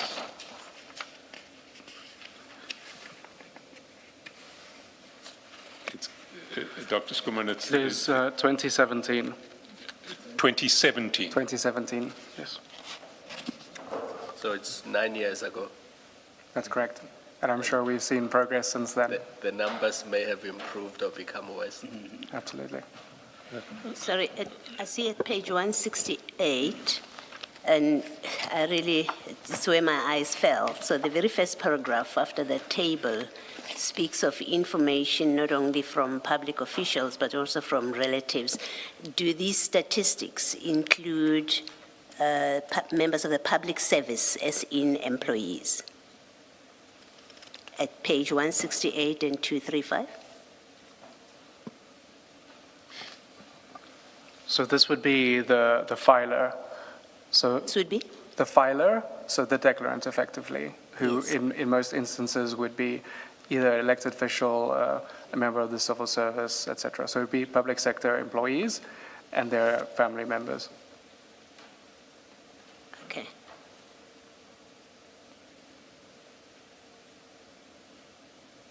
And you say that because definition of public official includes a public sector employee. Is that why you say so? That's correct. Okay.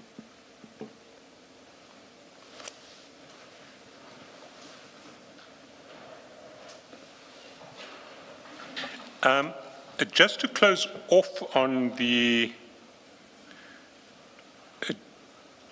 disclosure or the disclosure form issue, in paragraph 25 at page 22, you describe the knock-on effects of the weaknesses of the disclosure form. It's an issue you've already addressed, but if you can just read what you've said in paragraph 25, because it is a foundational issue, the form. Sure. So let me read it verbatim so we can get this correctly. So paragraph 25 says, collectively, these gaps extend beyond the disclosure form itself, hampering the efficacy of the whole integrity system that depends on it. A declarant can comply fully and honestly with every requirement of the current form while still holding substantial undisclosed wealth through a family member, exercising undisclosed control through a company, through a nominee arrangement, or accumulating assets whose origin and timing cannot be tested against legitimate income. The next paragraph says, as conflict of interest management and lifestyle review processes rely on the information the form generates, these design flaws are not confined to the form itself. Without amendments to the disclosure form, the impact of the integrity management framework is limited regardless of how well downstream processes are administered. Before you move off that, speaking to the earlier discussion with Mr. Chaskalson about striking a balance between getting a form or a disclosure mechanism that gives you meaningful and useful information, and balancing that with not overly burdening the requirement on the declarant because of the problems that you've picked up if it is overly burdensome.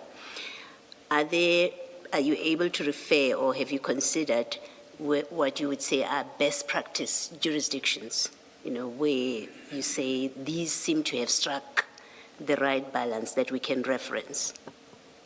I think it's an excellent question. And so the package that we've shared, this goes into a lot of those questions of looking at good international practice, the graphs we've just shown on what the kind of standard approaches to specific issues. So a lot of those would be considered in these additional documents to understand exactly what good practice is internationally. But I think an important point to emphasize is that it always has to be context specific and driven by the issues that a country faces. So the first graph that we looked at on the question of family members, we saw, for example, that in high-income countries, they don't have this kind of disclosure requirement. And that might be the case because the level of corruption and the kinds of challenges that they deal with don't necessarily warrant that kind of level of disclosure and invasion of privacy.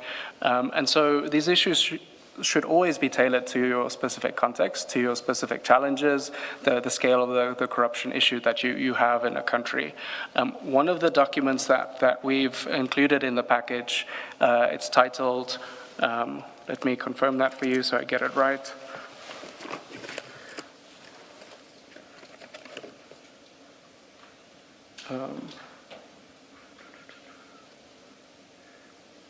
It's number 8. It is the start argument. It's titled Asset and Interest Disclosure, a Technical Guide to an Effective Form. And this, I think, it sets out a really good explanation of the best practice guidance on what a form could look like, on the specific variables to consider, the types of information that one should think about. It is a very maximalist approach. So this particular form will, and the explanation accompanying it, will include every type of imaginable type of asset that somebody might declare. There's even mention of things like intellectual property rights, which might be relevant in some jurisdiction. So it is very, very expansive, this example, but you'd have to tailor something like that to the South African context to determine this doesn't make sense. We don't necessarily have to worry about that. But I think that there are some universal principles that I think make sense in every jurisdiction. And I think questions around beneficial ownership, the family member question, I think are particularly important and I think are very relevant to the South African context. Thank you. Can I also just ask you to speak specifically to the STAR document that looks at financial disclosure in South Africa, which is a document that possibly, I mean, a lot of it highlights the problems of our form, but it is looking at a form in the context of our specific country. It's published a couple of months ago, May 2026, and it's at page 311.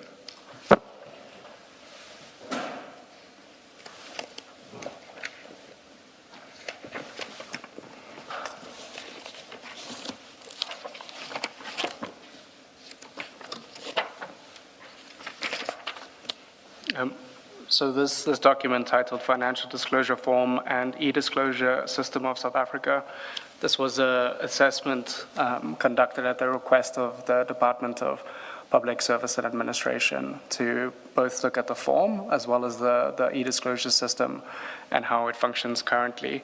So effectively what we've done in this report is the earlier documents I mentioned around designing an effective form to apply similar principles to the South African context to assess the current form against these international standards and good practice to determine what are some of the omissions in the South African context currently that should be considered and some of the priorities.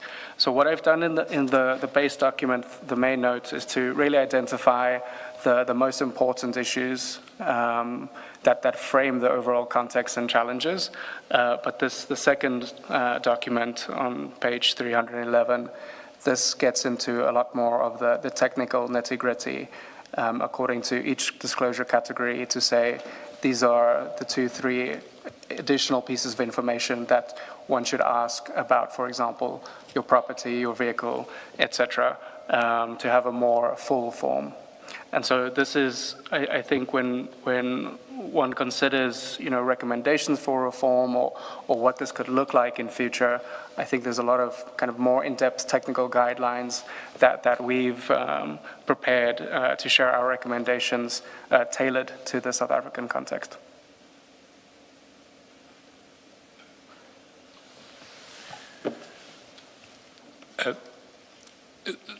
If we move off the form...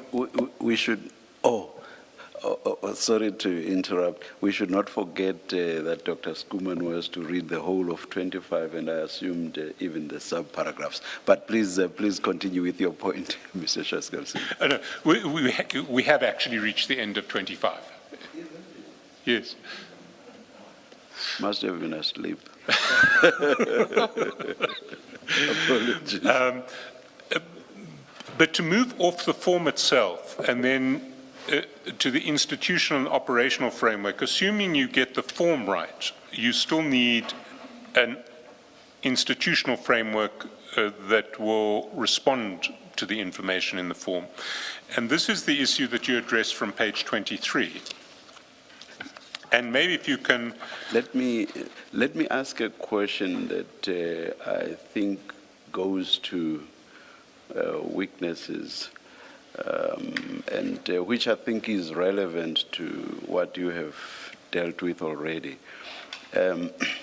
Some officials can be quite astute in hiding their wealth and can fill in their disclosure forms in such a manner that no suspicion is raised. In such a case, and absent blanket lifestyle audits, what would trigger a review that may culminate in a lifestyle audit?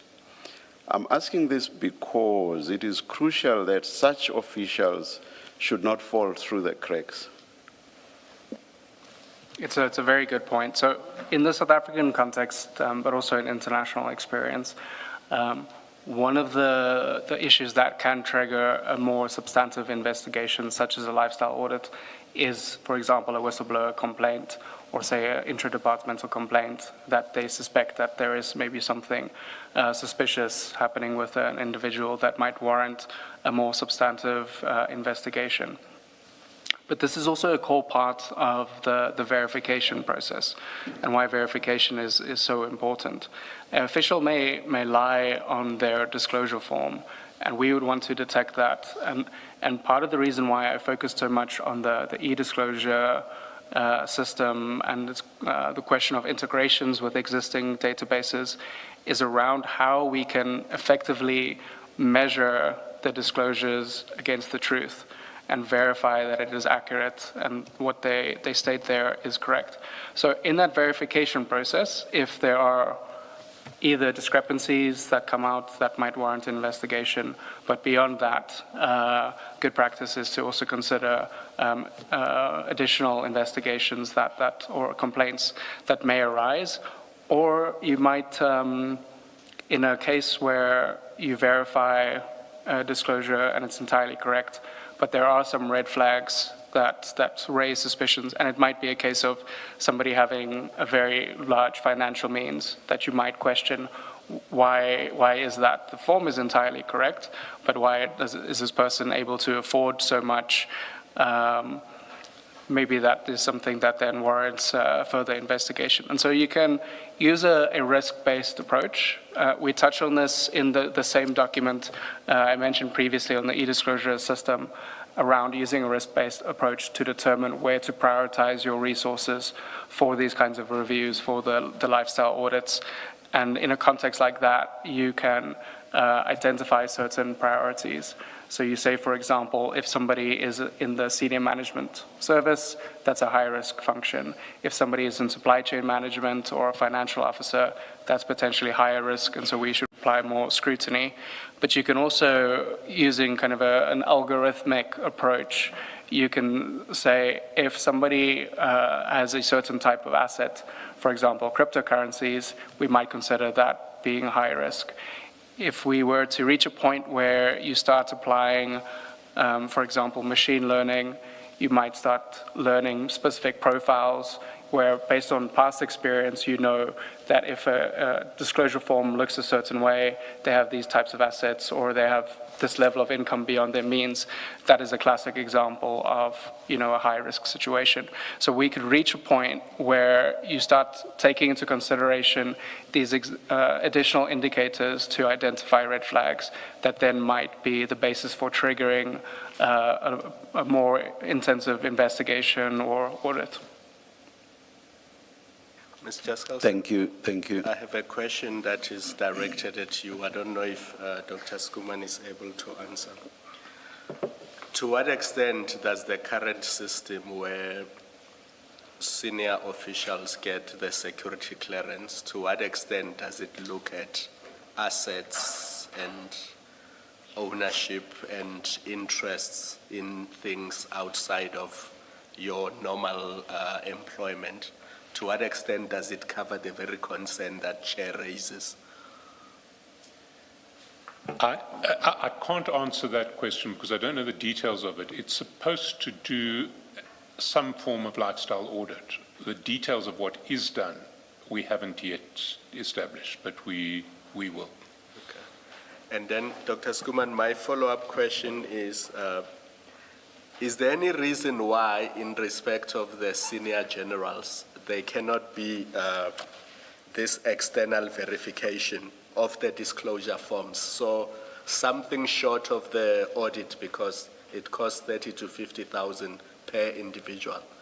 But all the forms submitted by senior generals, they have an external verification mechanism to look for those things that Chair says, they might complete it, but leave out a lot of detail that makes it difficult for an ordinary person to see that actually this is not a full disclosure.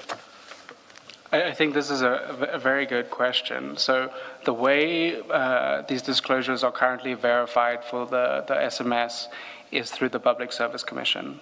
So there is a program that leads on anti-corruption and integrity, and there's a unit that would do all of the verifications for the senior management service across the public service. And they would be your first line of verification that would look at the forms.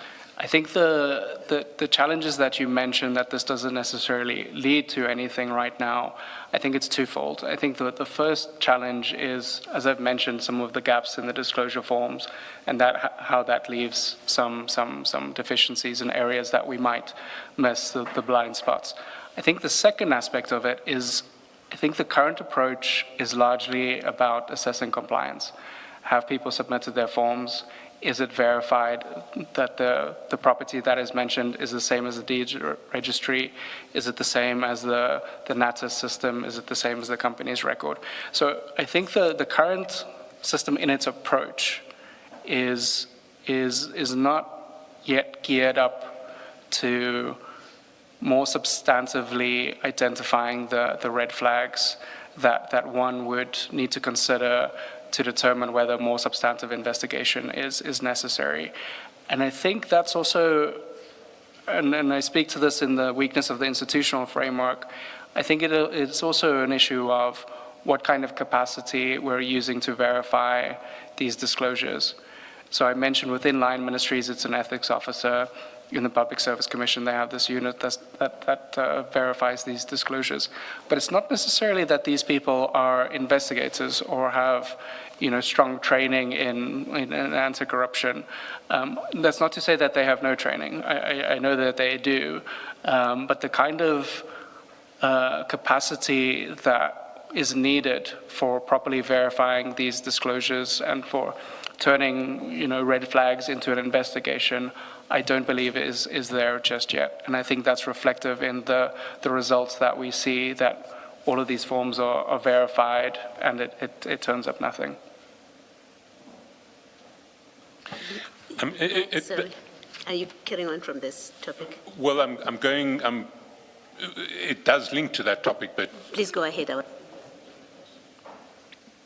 But it's leading into a whole new section, so I think ask your question. Let me ask my question then.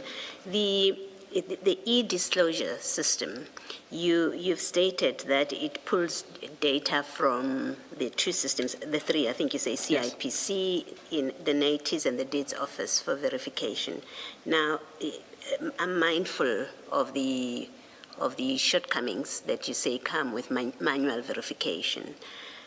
What you haven't listed and maybe suggested is whether it should not be able to pull data from the SARS system.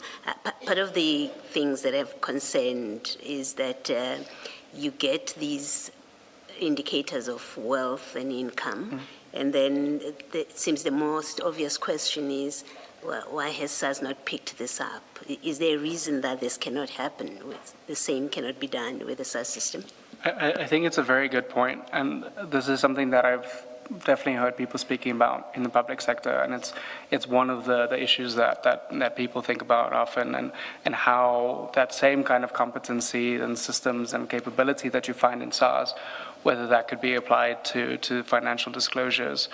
The challenge of translating or using SARS's existing resources is that SARS has, in terms of its mandate, it's very restricted in disclosing taxpayer information, and that creates certain limitations.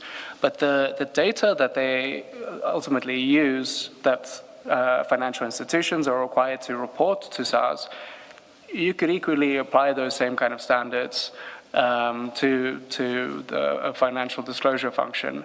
And in fact, I understand the Financial Intelligence Center, that there is a bill that has been, I believe it's still being tabled for comment, that suggests that the FIC might have a future role in providing the data needed for financial disclosures.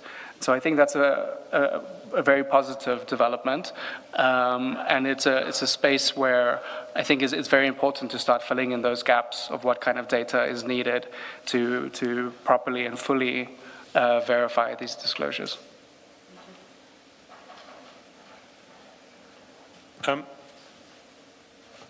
I think building on your answer to Commissioner Kumalo's point,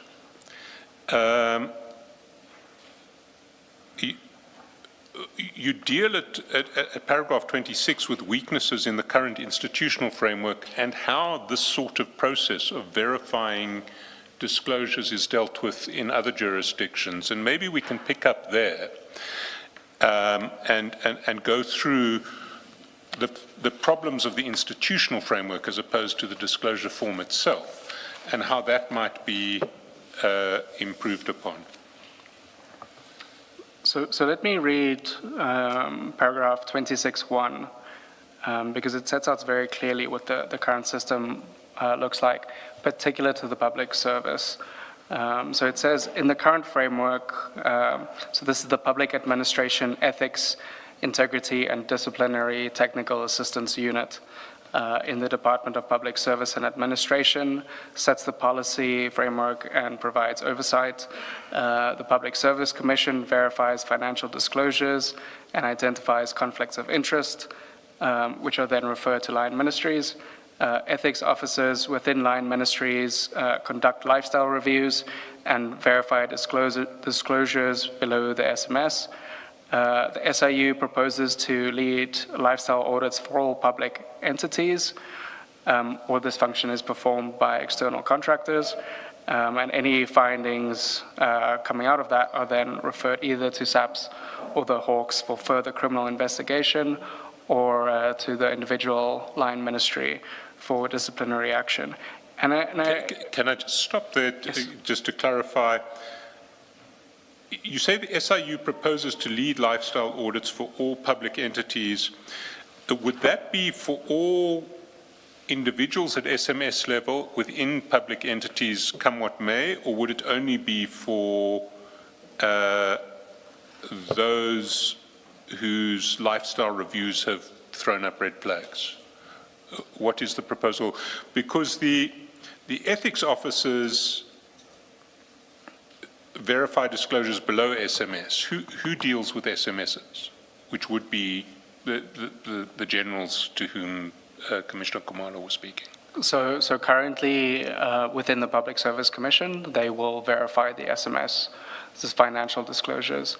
The proposal from the SIU, and I'm hesitant to speak fully on their behalf, but effectively what they've proposed, and they've said this quite publicly, is that they would want to reach a point where there is a blanket proclamation that allows them to conduct lifestyle audits across the public sector, and that would then get around this current complexity around seconding officials to individual ministries to conduct these audits for them.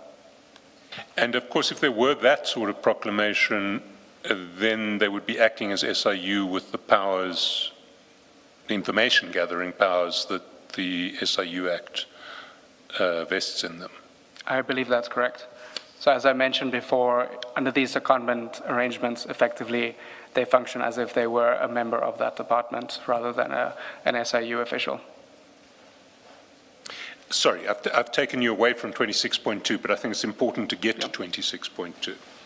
Absolutely. So in 26.2, I effectively framed the same point from the previous paragraph to say that in most international examples, this kind of function would be in a single entity.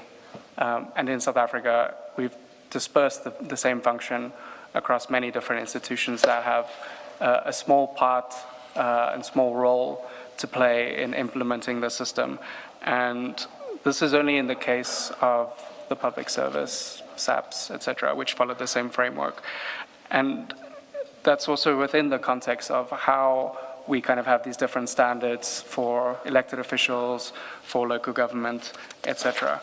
And so I believe at a later stage, I mentioned the example of Botswana, but there are many other examples of this where this kind of preventative function is within a dedicated anti-corruption agency. It is seen as a single cohesive function because all of these different aspects of collecting disclosures, of setting the form, of verifying, of doing the follow-on investigations, all of these go hand in hand. And when you have this long chain of handing over responsibility effectively from one official to another, or one institution to another, you risk breakdowns in the chain if any of those institutions can't follow through on their specific function. But you're also dispersing capacity across all of these different institutions. And so the kind of line of sight and responsibility for this function starts getting a bit muddled, and it starts getting a bit lost on who exactly is responsible for this, who do we hold accountable if the system isn't functioning, because currently it is so widely dispersed. Later I speak to the benefits of having such a function in one entity around pooling resources, having consistent standards, developing the right kind of capacity, having the right access to databases, for example. If we speak to the issue around privacy concerns, for example, if one were to introduce access to individuals' financial records, would we be more concerned if there was a dedicated anti-corruption agency that had access to these records, or if, I think it's 42 national departments and 97 provincial departments, if each of them had a unit with access to these financial records and these kinds of privacy violations. So the reason why I mention that is that I think it's important that whatever entity has this kind of responsibility, they need to have a level of accountability. They need to have the access to the right resources. They need the capacity to perform this function correctly. Because as I've stated throughout, this is a whole value chain that connects to one another. And as soon as you have weaknesses in one area, it starts collapsing. Now, just to pick up on that point, you mentioned it in fact in your statement, as opposed to your report, that you've done research for the National Anti-Corruption, is it NACAC? That's correct. I forget what the second A stands for. The National Anti-Corruption Advisory Council. Advisory Council. Now, the NACAC report has recommended the creation of an Office of Public Integrity. Now, presumably that recommendation is ever implemented, one of the functions of that office would be the centralized administration of, well, disclosure form assessment and investigation flowing from disclosure forms. Would that be correct? So let me back up for a moment and speak to the work with the National Anti-Corruption Advisory Council, or NACAC. So I had engaged with NACAC over the course of their term. So they were appointed in 2022, I believe it was August. They ended their term August 2025.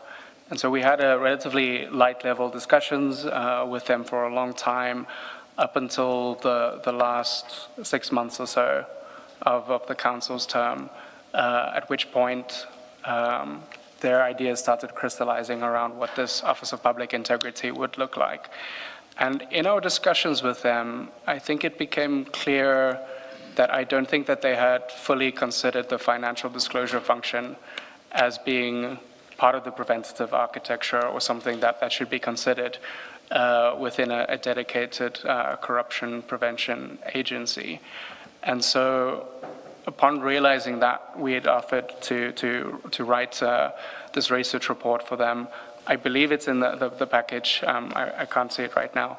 But effectively, and this report was also published as part of the Council's final report to the President. There's a section on corruption prevention, and we wrote this to basically explain what corruption prevention concept entails as a concept, and to identify some of the core gaps currently in the broader corruption prevention architecture. So that goes beyond financial disclosure. It also looks at corruption risk assessment and kind of corruption proofing, so to speak, of going into entities, looking at their processes, why it's not working, what are the vulnerabilities, and then helping them to rebuild those institutions.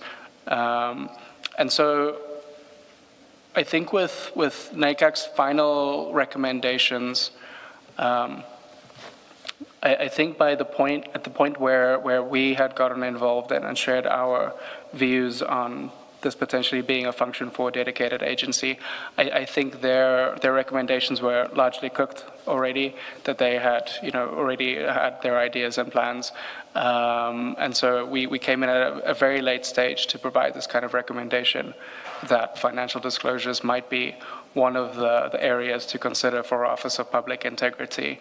But I think it's something that makes a lot of sense to centralize this kind of function, to include it within the context of the broader corruption prevention landscape.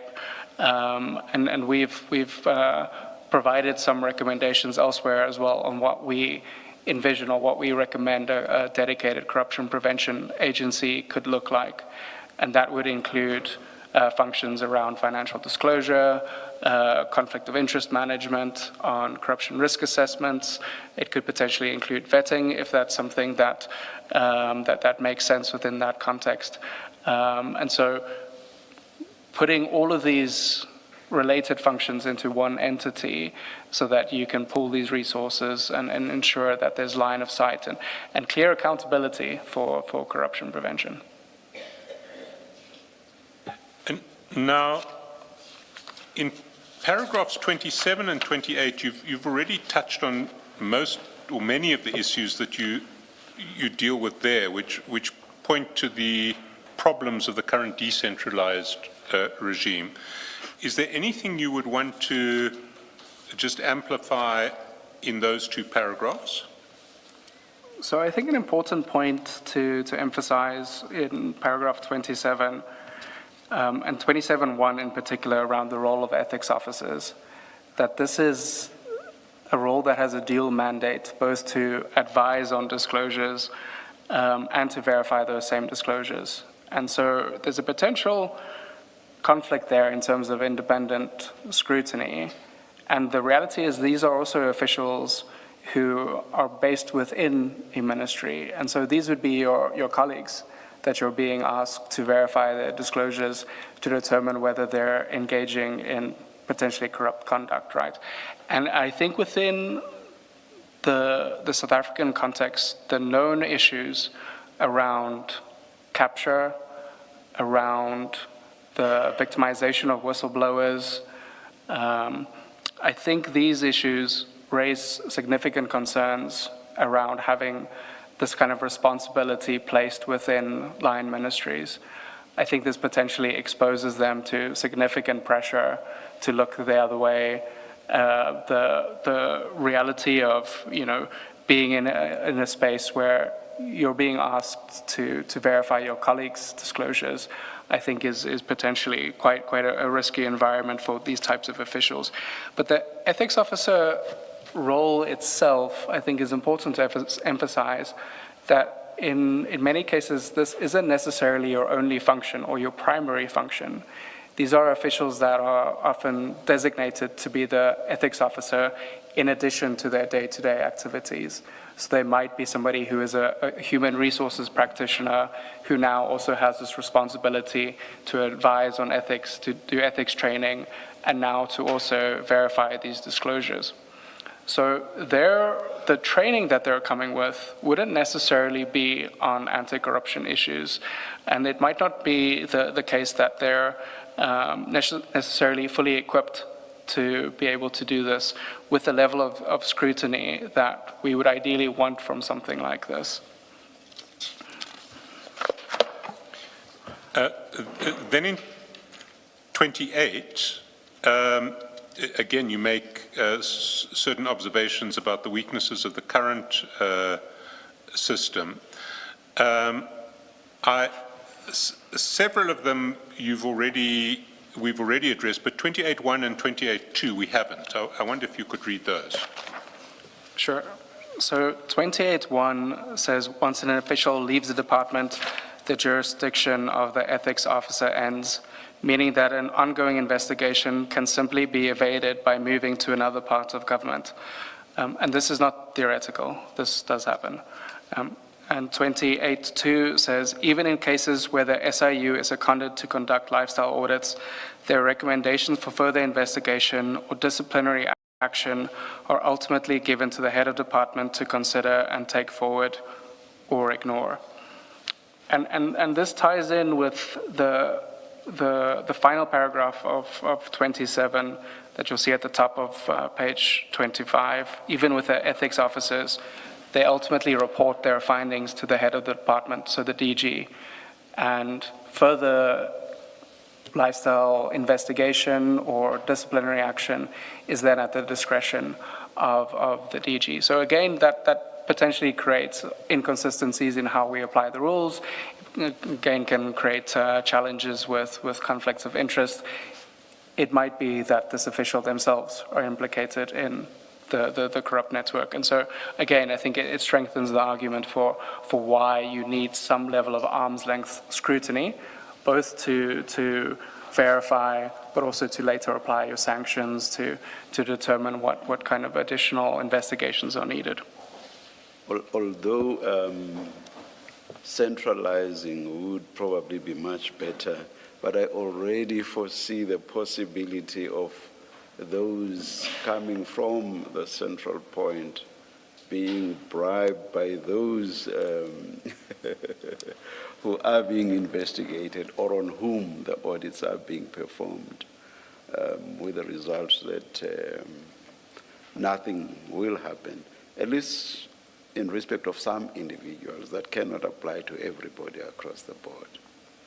I think it's a perfectly fair comment, and I think it speaks to some of the debates that we often have in the South African context around what anti-corruption architecture should look like.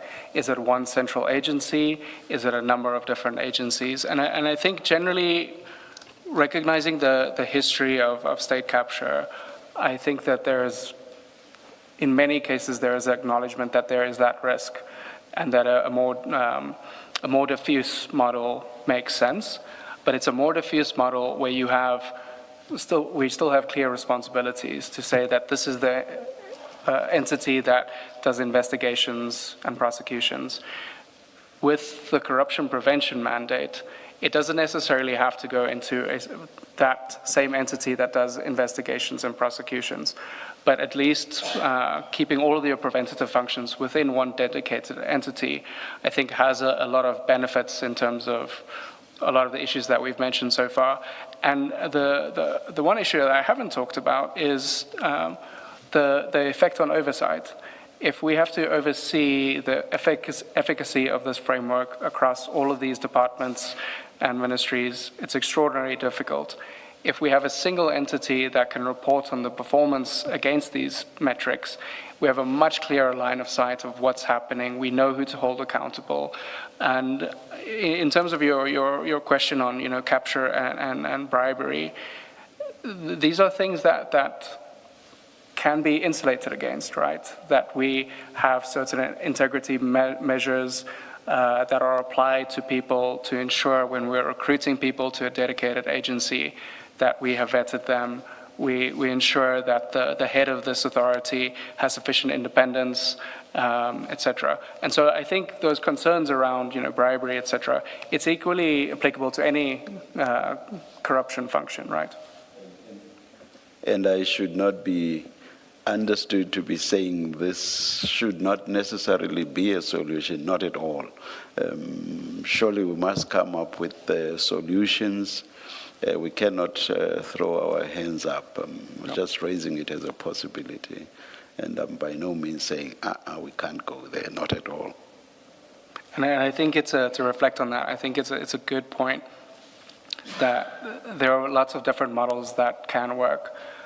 But what I think we have to recognize is that the current model is not working, and that something needs to change. Yeah, I mean, also the reality is that wherever you have human beings, corruption always inheres. And we cannot say, let's not try to come up with solutions. It always inheres, whatever the setup. Is there or what would be the argument or an argument against centralizing this function within the Public Service Commission? I really like this question. One of the challenges with putting all of these mechanisms within the Public Service Commission is that the Public Service Commission's mandate only extends to the public service. So if we want to apply the same levels of scrutiny, independence, and sanctions to, for example, elected officials, to people within the judiciary, etc., the Public Service Commission's mandate would not be able to perform that kind of function. And so everything that I've been saying about the gaps, the weaknesses in the public services framework, I think that equally applies to the other sectors, right? Elected officials, local government, etc. And so what you'll often find in many jurisdictions is that you have one consistent framework that everybody applies to and that everybody reports to the same entity. And having that level of independence then really helps to apply the same sanctions consistently, and that can then extend to your elected officials. The last big topic is sanctions, and possibly, well, not the most important. I don't want to say it's the most important because they're all important, but it is a particularly important section. You pick up on that at page 26.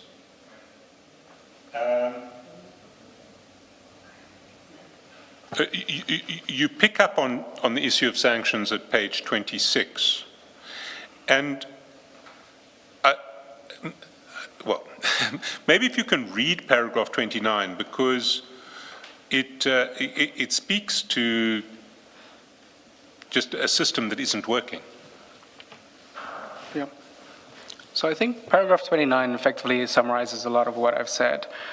So it states that the gaps in the financial disclosure forms requirements and the vulnerabilities of a weak institutional framework help explain why no misconduct or unexplained wealth has been detected among SAP's officials over the last 5 years. However, even if any discrepancies, conflicts, or unexplained wealth were to be detected, the policy framework for issuing sanctions against officials lacks teeth. Again, follow-up is decentralized, creating the same risk of capture, of pressure by colleagues, or of officials themselves being involved in corrupt networks. This delegation of authority allows for inconsistencies in applying consequence management based on the individual discretion of heads of departments and hampers effective oversight across 42 national and 97 provincial departments. This undermines the dissuasiveness of the regime, as officials can get away with discrepancies even if detected. You then speak to the limited nature of the sanctions in paragraph 30. And again, maybe if you can read paragraphs 30 and 30.1 and 30.2. Let me read 31. It says, sanctions range from verbal warnings, written warnings, suspension without pay, or referral for disciplinary steps.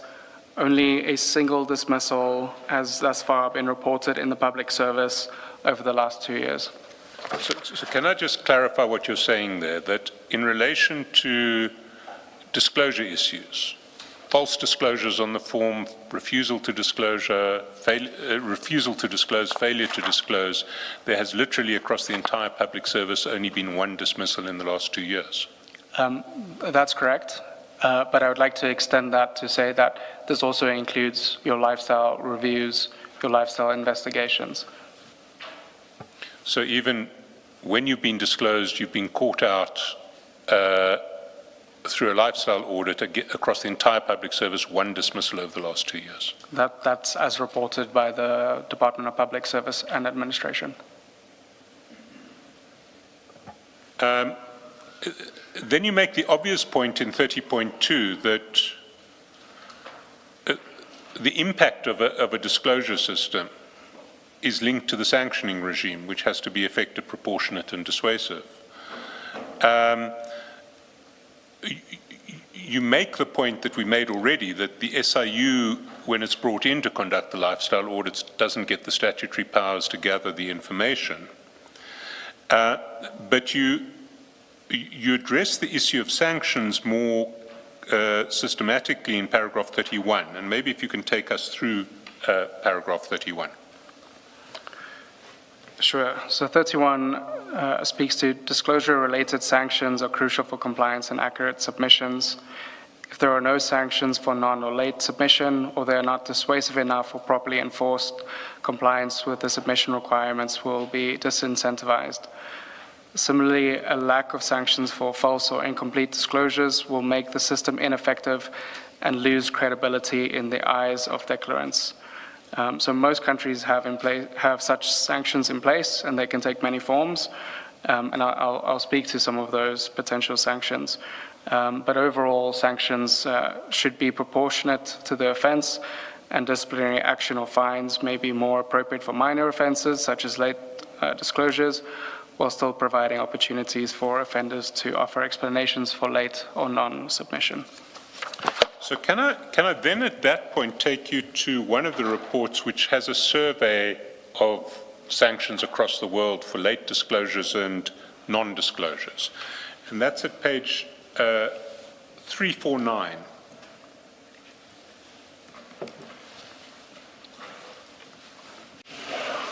And at 349,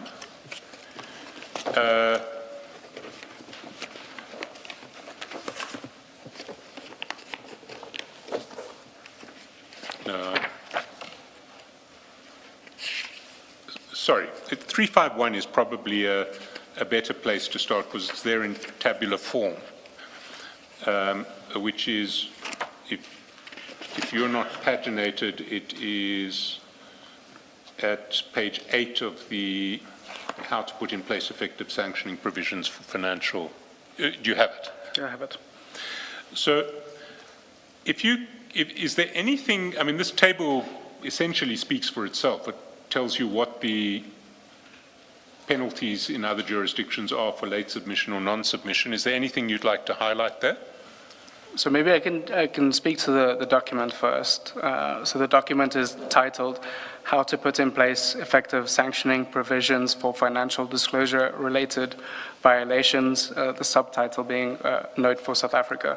And so this is one of those cases where we had prepared this specifically for the Department of Public Service and Administration to share guidance on what disclosure-related violations might look like. The key point here being that this is a very important aspect of the system to ensure that you have these credible measures in place. And so we have in this document, we have a few tables that provide examples from different countries on what this can look like legally, to very particularly specify, for example, what the offense is for non-disclosure or for late submission. And the reason why that's important is that it helps with standardization, and it removes some of the issues around the kind of discretionary nature of how to sanction an official if they have any kind of misconduct related to non-submission or late submissions. In the current system, this would be an ordinary disciplinary process because we don't have the same kind of sanctions in the public service regulations. So you would be effectively held, you would be disciplined for not following the public service relations without the consequences or the scale of the consequences being specified. So the effect of that is that as a public official, you don't know how you get punished or whether you would be punished if you don't comply with the rules. I'm less worried about submission, non-submission in the South African context, because I think at the point where the system is now, there's a very high level of compliance, and I think that's a very important first step to getting a system like this working. In some of the other countries where I work, I was in Botswana 2 weeks ago. I have a call with colleagues in Lesotho tomorrow, where their primary challenge still is to get everybody to submit on time. We've reached that point where people are complying. We saw 100% compliance in SAPS, for example. So, and I think we should give credit to the various departments that are involved in this for getting to that point of compliance. I think some of the other violations that we might want to consider, I think is really where it starts getting very important to have the right kind of sanctions in place. Well, then let's move there, because you deal with false declarations or incomplete declarations at page 28, paragraph 32. And there, the same document to which we have been referring has a series of comparative sanctions that in a table that starts at page 357. Again, is there anything that you would highlight in relation to that table or the issue more broadly? Sure. So I think the main point to make here is from 357, the examples from around the world of what this looks like in terms of an offense. In many cases where you will find that false disclosure itself is regarded as a criminal offense. And it's a relatively low bar to be able to prove that you did or you didn't submit the form in the first instance. Incomplete disclosures, I think, is an important part of that as well. What we mean by incomplete is effectively there are assets that you haven't disclosed. So when we're in that verification process, we compare this to what we have on records elsewhere, and we find a particular instance where you haven't disclosed a vehicle or a house. You might have opportunity to explain why, what those discrepancies are. But currently, we don't have any kind of criminal or strong disciplinary sanctions for if we do find some kind of a violation. We would just send that to a disciplinary process. So in effect, you have very little dissuasive measures to deter people from submitting false disclosures. You know that if you were to lie on your disclosure form, perhaps the worst that can happen to you is that you go through a disciplinary process, and it might trigger an investigation coming out of that to start looking into the criminal conduct.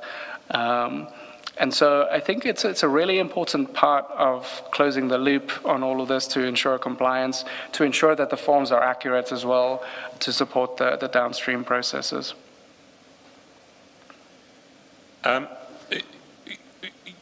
You then in paragraph 33 get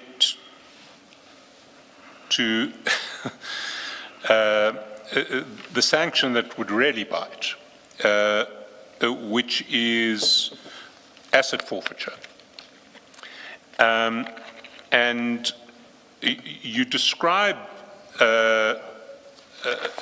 broadly the prospect of asset forfeiture linked to disclosure regimes. Maybe if you can deal with what you say, you can address the issue that you raise in paragraph 33, but I'd like, if you can, also to link that issue to the unexplained wealth order regime that one sees in other jurisdictions. I'm not sure if you are able to do so. If you are, that would be great. Sure, I can speak to this.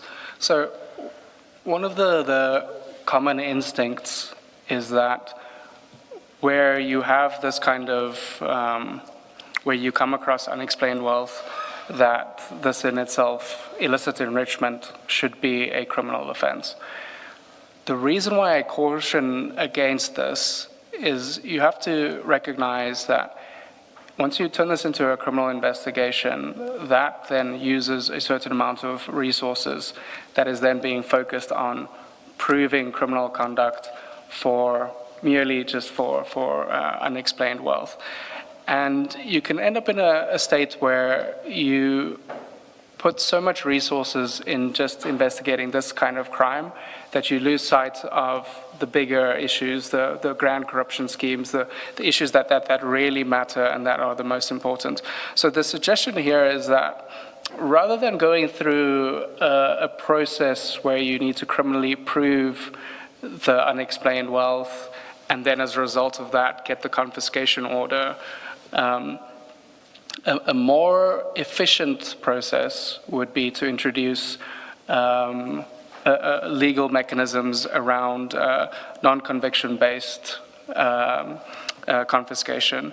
So essentially what you then have is the disclosure form as your first line of evidence.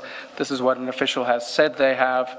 If you do the verification and you uncover something that has not been listed, you have a very easy case to be able to say they did not disclose this, that was against the rules, and then you wouldn't have to prove the underlying criminal intent. And so the evidentiary bar is much lower, but it has a much faster effect in terms of sanctioning officials, and therefore a much stronger deterrent effect. And the second part of why I say this shouldn't necessarily be a criminal offense is that I think we should also recognize that our court processes are sometimes much slower than we would want. And clogging them up with this kind of offense to prove criminal conduct for unexplained wealth is perhaps not the best approach. And I think we can use, for example, the SIU's special tribunal as an example of a civil process that is much more efficient at doing something like this for this kind of confiscation or penalties. And so my suggestion is rather to focus on these kinds of administrative or civil penalties for non-conviction based confiscation. There is in existence a dispensation that's not pegged on specific crimes, and but it goes through the court system. It's not administrative, and cases in that context are instituted by the asset forfeiture unit. But although I do not remember the specifics now, I was last engaged in those sorts of cases when I was still in practice. So it also gets rid of the need to prove a specific offense. But I think there should be some, if I still remember the criteria, there should still be some underlying criminality, but you don't have to prove a specific offense for forfeiture to then follow. Right. Yeah. Just a comment. I'm not sure. I mean, you must choose to answer this or not. But if it's within your expertise, but it does. I mean, picking up on the chair's issue, our asset forfeiture regime currently depends on some proof, albeit on a civil standard, of underlying unlawful activity. There are other jurisdictions that have created an add-on which is based on what are called unexplained wealth orders, where an authority can issue an instruction or an order for you to explain wealth that can't necessarily be directly linked to criminal activity, but can't be explained with reference to legitimate income. And then those regimes make provision for forfeiture in the absence of a reasonable explanation. It seems to me that in this context, a legislative amendment along those lines may well make a lot of sense, because if someone can legitimately explain the origins of their wealth in circumstances where, well, you have the disclosure history which you can point to and which might found good cause to issue an unexplained wealth order. If someone can explain the wealth, they may have a separate problem explaining why they didn't disclose it, but if they can explain a legitimate source for it, then it won't be forfeited. But if they can't, then it would be, and that would be a huge, a very powerful sanction in this context. I'm not the expert and I'm not the witness, but these are my views, and I'd be interested in your response. Yeah. But I think you're exactly right. I think what you've just described, this is what I mean by a non-conviction-based confiscation, that you would use the same kind of principles, just as you've articulated. It might just be a different kind of wording to talk about unexplained wealth order, but effectively, as you say, this is something that you could measure against what has been disclosed. If they can't explain something, they can be punished on that basis. Well, it wouldn't necessarily be punished. It would be the confiscation of wealth that cannot be explained. Now, from page 29, you pull together essentially your conclusions and recommendations for change. Before we get to page 29, it may be useful just very briefly to go through the various detailed reports, but not in detail, just to explain at a very high level what each of these reports that are attached in the bundle address, because at a later stage when the Commission has to look to recommendations, it should understand what issues are being addressed in each of these reports so that if it wants to look for a particular issue, it knows where to look. Sure.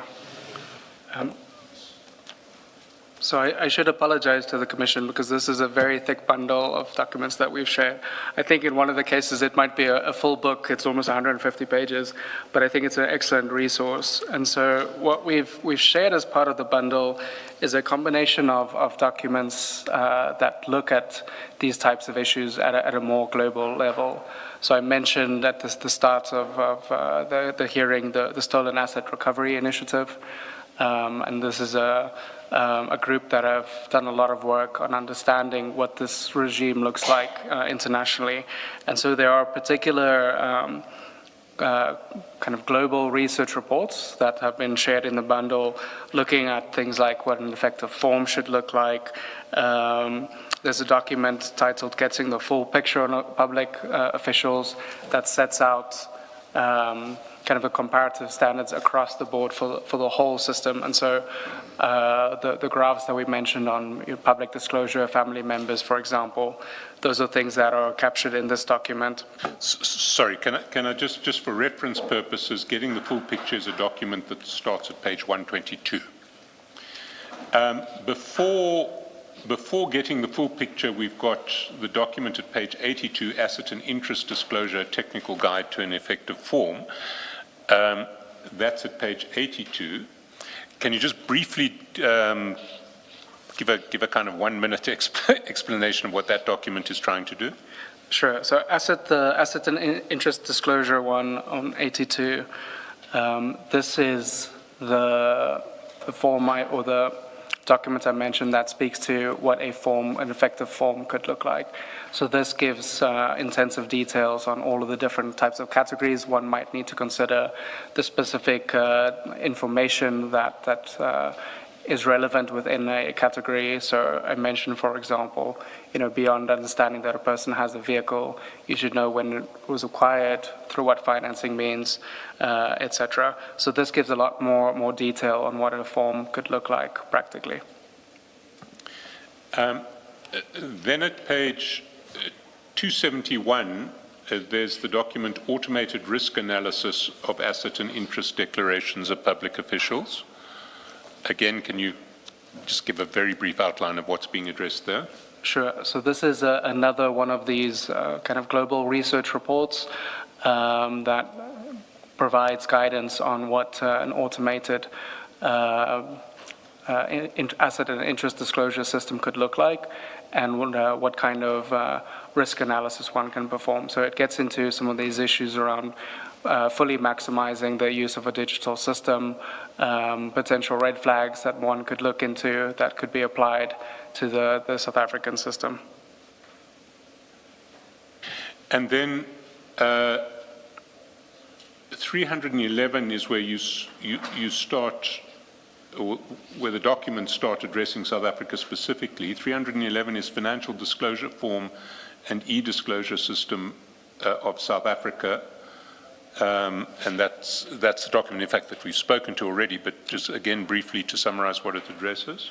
So this document serves a dual purpose. It both looks at South Africa's current form and evaluates some of its potential gaps and areas that it can be improved. And then it looks at the e-disclosure system as well, and provides some recommendations on how data should be captured, on how you could fully automate some of the verification functions, how you could introduce the kind of automated risk assessment of declarants' profiles. Page 344 how to put in place effective sanctioning provisions for financial disclosure-related violations. Note for South Africa. So this one was prepared specifically for the South African context to identify potential options for introducing sanctions mechanisms. So a lot of the issues that we've just discussed, but it also provides a list of international examples, drawing on their laws to give examples of what this can look like within a legal framework. Then on 364, a short document entitled Reform of the Financial Disclosure System in South Africa. So this is effectively, this was the first document that we had written looking at the whole framework comprehensively. So it's very short. It provides effectively just a summary of how the current system works and some of the initial shortcomings. So it's at quite a high level, and the documents that we've just mentioned, I think, gets into a lot more of the technical detail on areas for improving. But this one, it's a bit more at the institutional level, how the framework could potentially address some of the fragmentation. And then at page 369, there's a document that we haven't touched on yet, which is called Preventing and Managing Conflicts of Interest in the Public Sector. It's a G20 document, as I understand. It was prepared for the G20 Anti-Corruption Working Group. Can you briefly, and again briefly because this is another book, describe what's being addressed here? Yeah, so this document is something that was prepared in collaboration between the World Bank, OECD, and UNODC. So it provides a lot of good practice guidelines on some of the issues we've discussed today that extend a little bit beyond financial disclosure. So looking at how you can go about preventing conflicts of interest, policies around receiving gifts, incompatibilities, and by incompatibilities I mean, for example, limitations on officials being allowed to run companies on the side, conducting other remunerative work. There are other aspects around kind of pre- and post-employment that you might want to think about in terms of the kind of conflicts of interest that can raise or misconduct. And so it's I think, a good guide in terms of some of the issues that one might want to consider within the broader corruption prevention framework, integrity management, that goes beyond financial disclosure in a narrow sense. I mean, one of the issues that we haven't talked about is that as things stand, the disclosure form itself seems not to address, not tied to any sanctions relating to performing substantial work or deriving substantial income from outside your official employment. And are there, first of all, are there rules that you're aware of in South Africa that govern that? And second, what are international best practices in relation to senior public service managers and outside work or outside remuneration? Sure. So there's a few issues here, and maybe let me start with the question of conflicts of interest. So one of the ways that the disclosure form is used currently is to identify potential conflicts, and that then being primarily whether an individual owns a company, or is the director of a company. And in the current system, the main way for verifying that there is no conflict is to determine whether that company is on the central suppliers database. So these are companies that that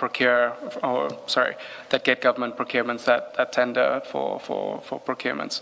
And this is one of those instances where there is existing rules around incompatibilities. So I believe it's the Public Administration Management Act that introduces this restriction, which effectively says that public servants on the public sector is not allowed to do business with the state. So this is one of the checks that's currently being performed to determine whether there are any conflicts of interest.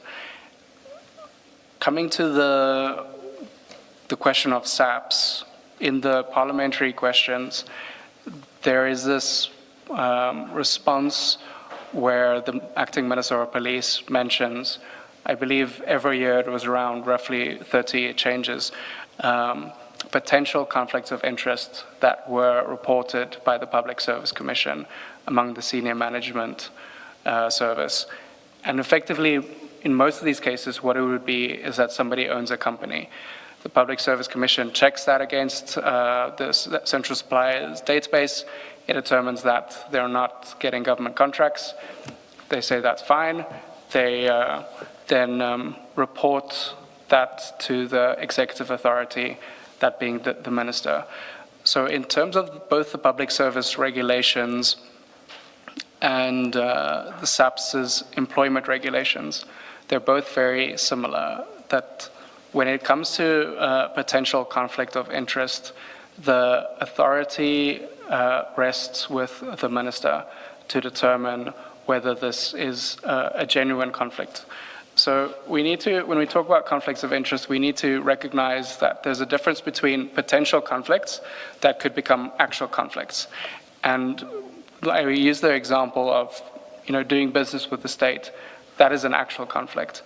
Owning a company is a potential conflict that might, at a later stage, put you into a place where you find yourself having a very direct conflict between your official duties and your own private interests. And in cases where this kind of potential conflict arises, in terms of the relevant regulations, the executive authority is supposed to appoint a panel of at least 2 persons to consider the interest and provide independent recommendations on what should be done. The regulations are a bit thin in terms of what the potential solutions are. So it leaves it open to interpretation to the individual line ministries to determine how to deal with those conflicts and how to manage them. What you'll find in a lot of other jurisdictions is that they will set out the different kinds of measures so that there's a lot more consistency to say, under these conditions, the individuals should divest from their interests, or they should give up their position in the public service, or potentially, move to another department where the conflict doesn't arise. So I think you need to be a bit more specific around how to manage these conflicts. But again, the same issues that we have with having these verifications, having the lifestyle reviews decentralized, the same issues apply to conflict of interest management. It is discretionary. There is little oversight in terms of how this is handled down the line. But then speaking to the question on international practice and what this looks like in many other places, is that you would have much higher standards in terms of prohibitions on civil servants engaging in business, not just with the state, but in business more generally. So if I can use Poland as an example, in terms of their regulations, a public sector employee is not allowed to hold more than 10% of interest or shares in a company. And so that helps diminish some of those potential conflicts of interest. In other cases like Japan, they have restrictions which mean that as a public sector employee, you're not allowed to be on the board of a company, you're not allowed to be the director of your own company. And so it creates much kind of higher standards for what kind of outside interests you're allowed to have in the first instance. And there are a few reasons why you'd want to do that. It is about maintaining perceptions around impartiality, around public sector integrity. But it's also a question of how these outside interests can, I think, A, distract you from your core business. If you're doing other remunerative work or you have a company on the side, where is your focus? What does your day look like? How much time are you spending on these outside interests? But B, also, what are the the risks related to having these additional interests, are they being used to funnel bribes and turn them into seemingly legitimate income? And I think that is one of the major risks around having these kind of these rules where you allow individuals to have outside business interests beyond their public sector role. Thank you very much. We've reached, we have to end very quickly, and because we have another witness coming after lunch, but your conclusions are really tied together from pages 29 to 33. And I mean, the conclusions speak for themselves, so I'm not going to ask you to read those pages, but is there anything in there, if you had one last word, what would your last word be to this commission? It can be more than one word. It's a big question. I think a lot of the recommendations we've already discussed in pointing out some of the weaknesses of the current approach. I think the main message I want to drive home is that a lot of the fragmentation and weaknesses that we see in the current framework are a result of incremental attempts to improve the system.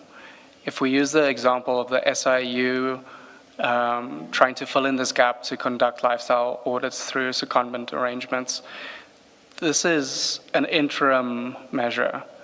I think the use of the Public Service Commission as a verifying agency is also one of these examples of a somewhat interim measure. And so I think the system in its current form has reached the limit of incremental improvements and has reached a point where you need the more substantive overhaul of how these functions are dispersed, of what the mandate looks like, what kind of powers are needed.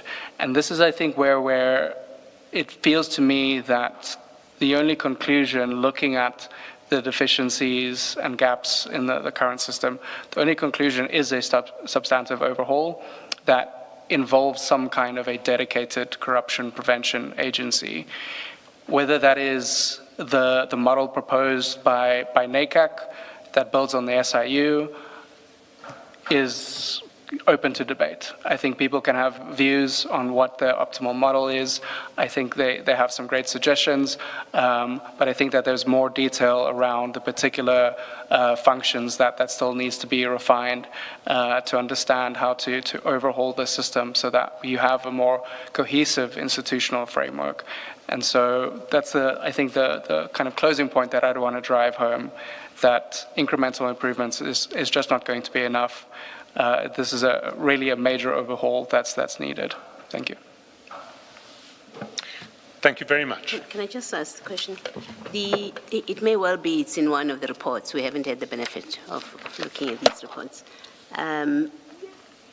Has the work that you've done for South Africa in particular gone so far as to identify, for example, where you say these kind of, given the current regime, you would need these kind of legislative changes? I'll give you an example. One of the weaknesses that you identify is in this fragmented arrangement that pertains now is disciplinary action. An investigation is done, a review is done, a problem is picked up, and then it still must go to the head of department or human resources to make a decision whether to discipline or not. And often that's where things die. You know, they end that. We've seen some cases like that here in a different context. And yet there are appropriate cases where that is prescribed by law as matters stand. And so my question is, from that context, that have you gone so far as to identify what changes would need to, legislative changes in particular, would need to be in place to address some of the problems that you have diagnosed? Have you gone that far? So in many of the cases, the documents that I've mentioned that are written particular to the South African context, it's both a diagnosis of the challenges, it introduces the international examples of how such measures are implemented in other countries, and will usually end with recommendations for what can be done. A lot of that it's particular to, for example, like you mentioned, the sanctions issues, but we've also worked on our suggestions for what we believe a dedicated corruption prevention agency could look like. And it builds on NACAC's recommendations to add on some additional functions in terms of financial disclosure, conflict of interest management, etc. And that is something that can be shared with the Commission if that's something that you would like. If there are other areas that we haven't covered, we'd of course be welcome to or happy to provide additional details on some of the areas that I maybe didn't speak to today. Thank you. Just picking up on that question, very specifically, if you are going to share that material with the Commission, it would be very useful to ensure that all documents essentially flag legislative changes that would be needed, or existing legislative provisions that would have to be made subject to whatever is being recommended, so that we have a more detailed sense of what the existing legislative architecture is that would be affected by changes in this regard. Mr. Skilson, 367, this reform document, does it not address Commissioner Baloy's question to some extent? Not. So it starts on 364, but the recommendations on 367 have the legislative changes that need to be effected. So, for example, item 2 talks about considering adopting a standalone act that will replace piecemeal regulation and encompass essential elements of the new disclosure system, and then it sets out. I mean, it does in certain respects, but I mean, if one takes the specific question raised by Commissioner Baloy, I doubt you could ever have a standalone act that would deal with internal departmental disciplinary matters without engaging with the existing legislative framework quite carefully. And it may be that the standalone act won't focus on departmental discipline, it will focus on criminal liability, asset forfeiture. But if it is going to engage departmental liability,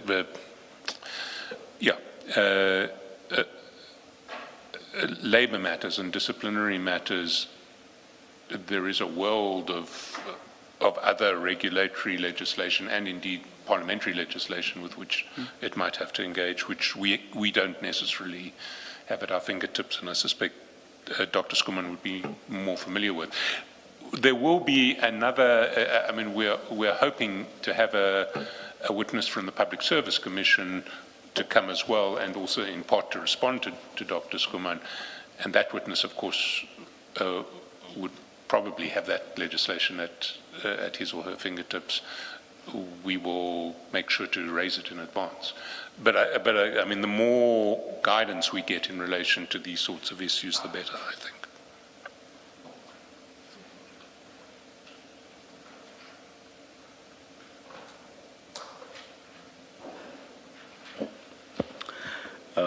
The next witness that Mr. Chaskalson referred to is, or rather, not a witness.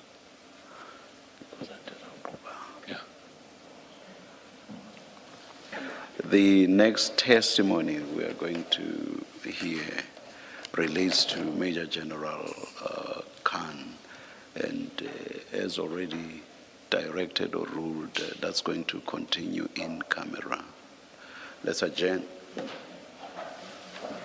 Oh, thank you very much, Dr. Skuman. You are the first witness I've forgotten to thank. Apologies for that. Many thanks. That's all right. Thank you for having me. And we resume at 9:30 tomorrow. At 9:30 tomorrow, yes. Yeah, in open session. Or Yes, in open session. let's adjourn and resume at 9:30 tomorrow morning.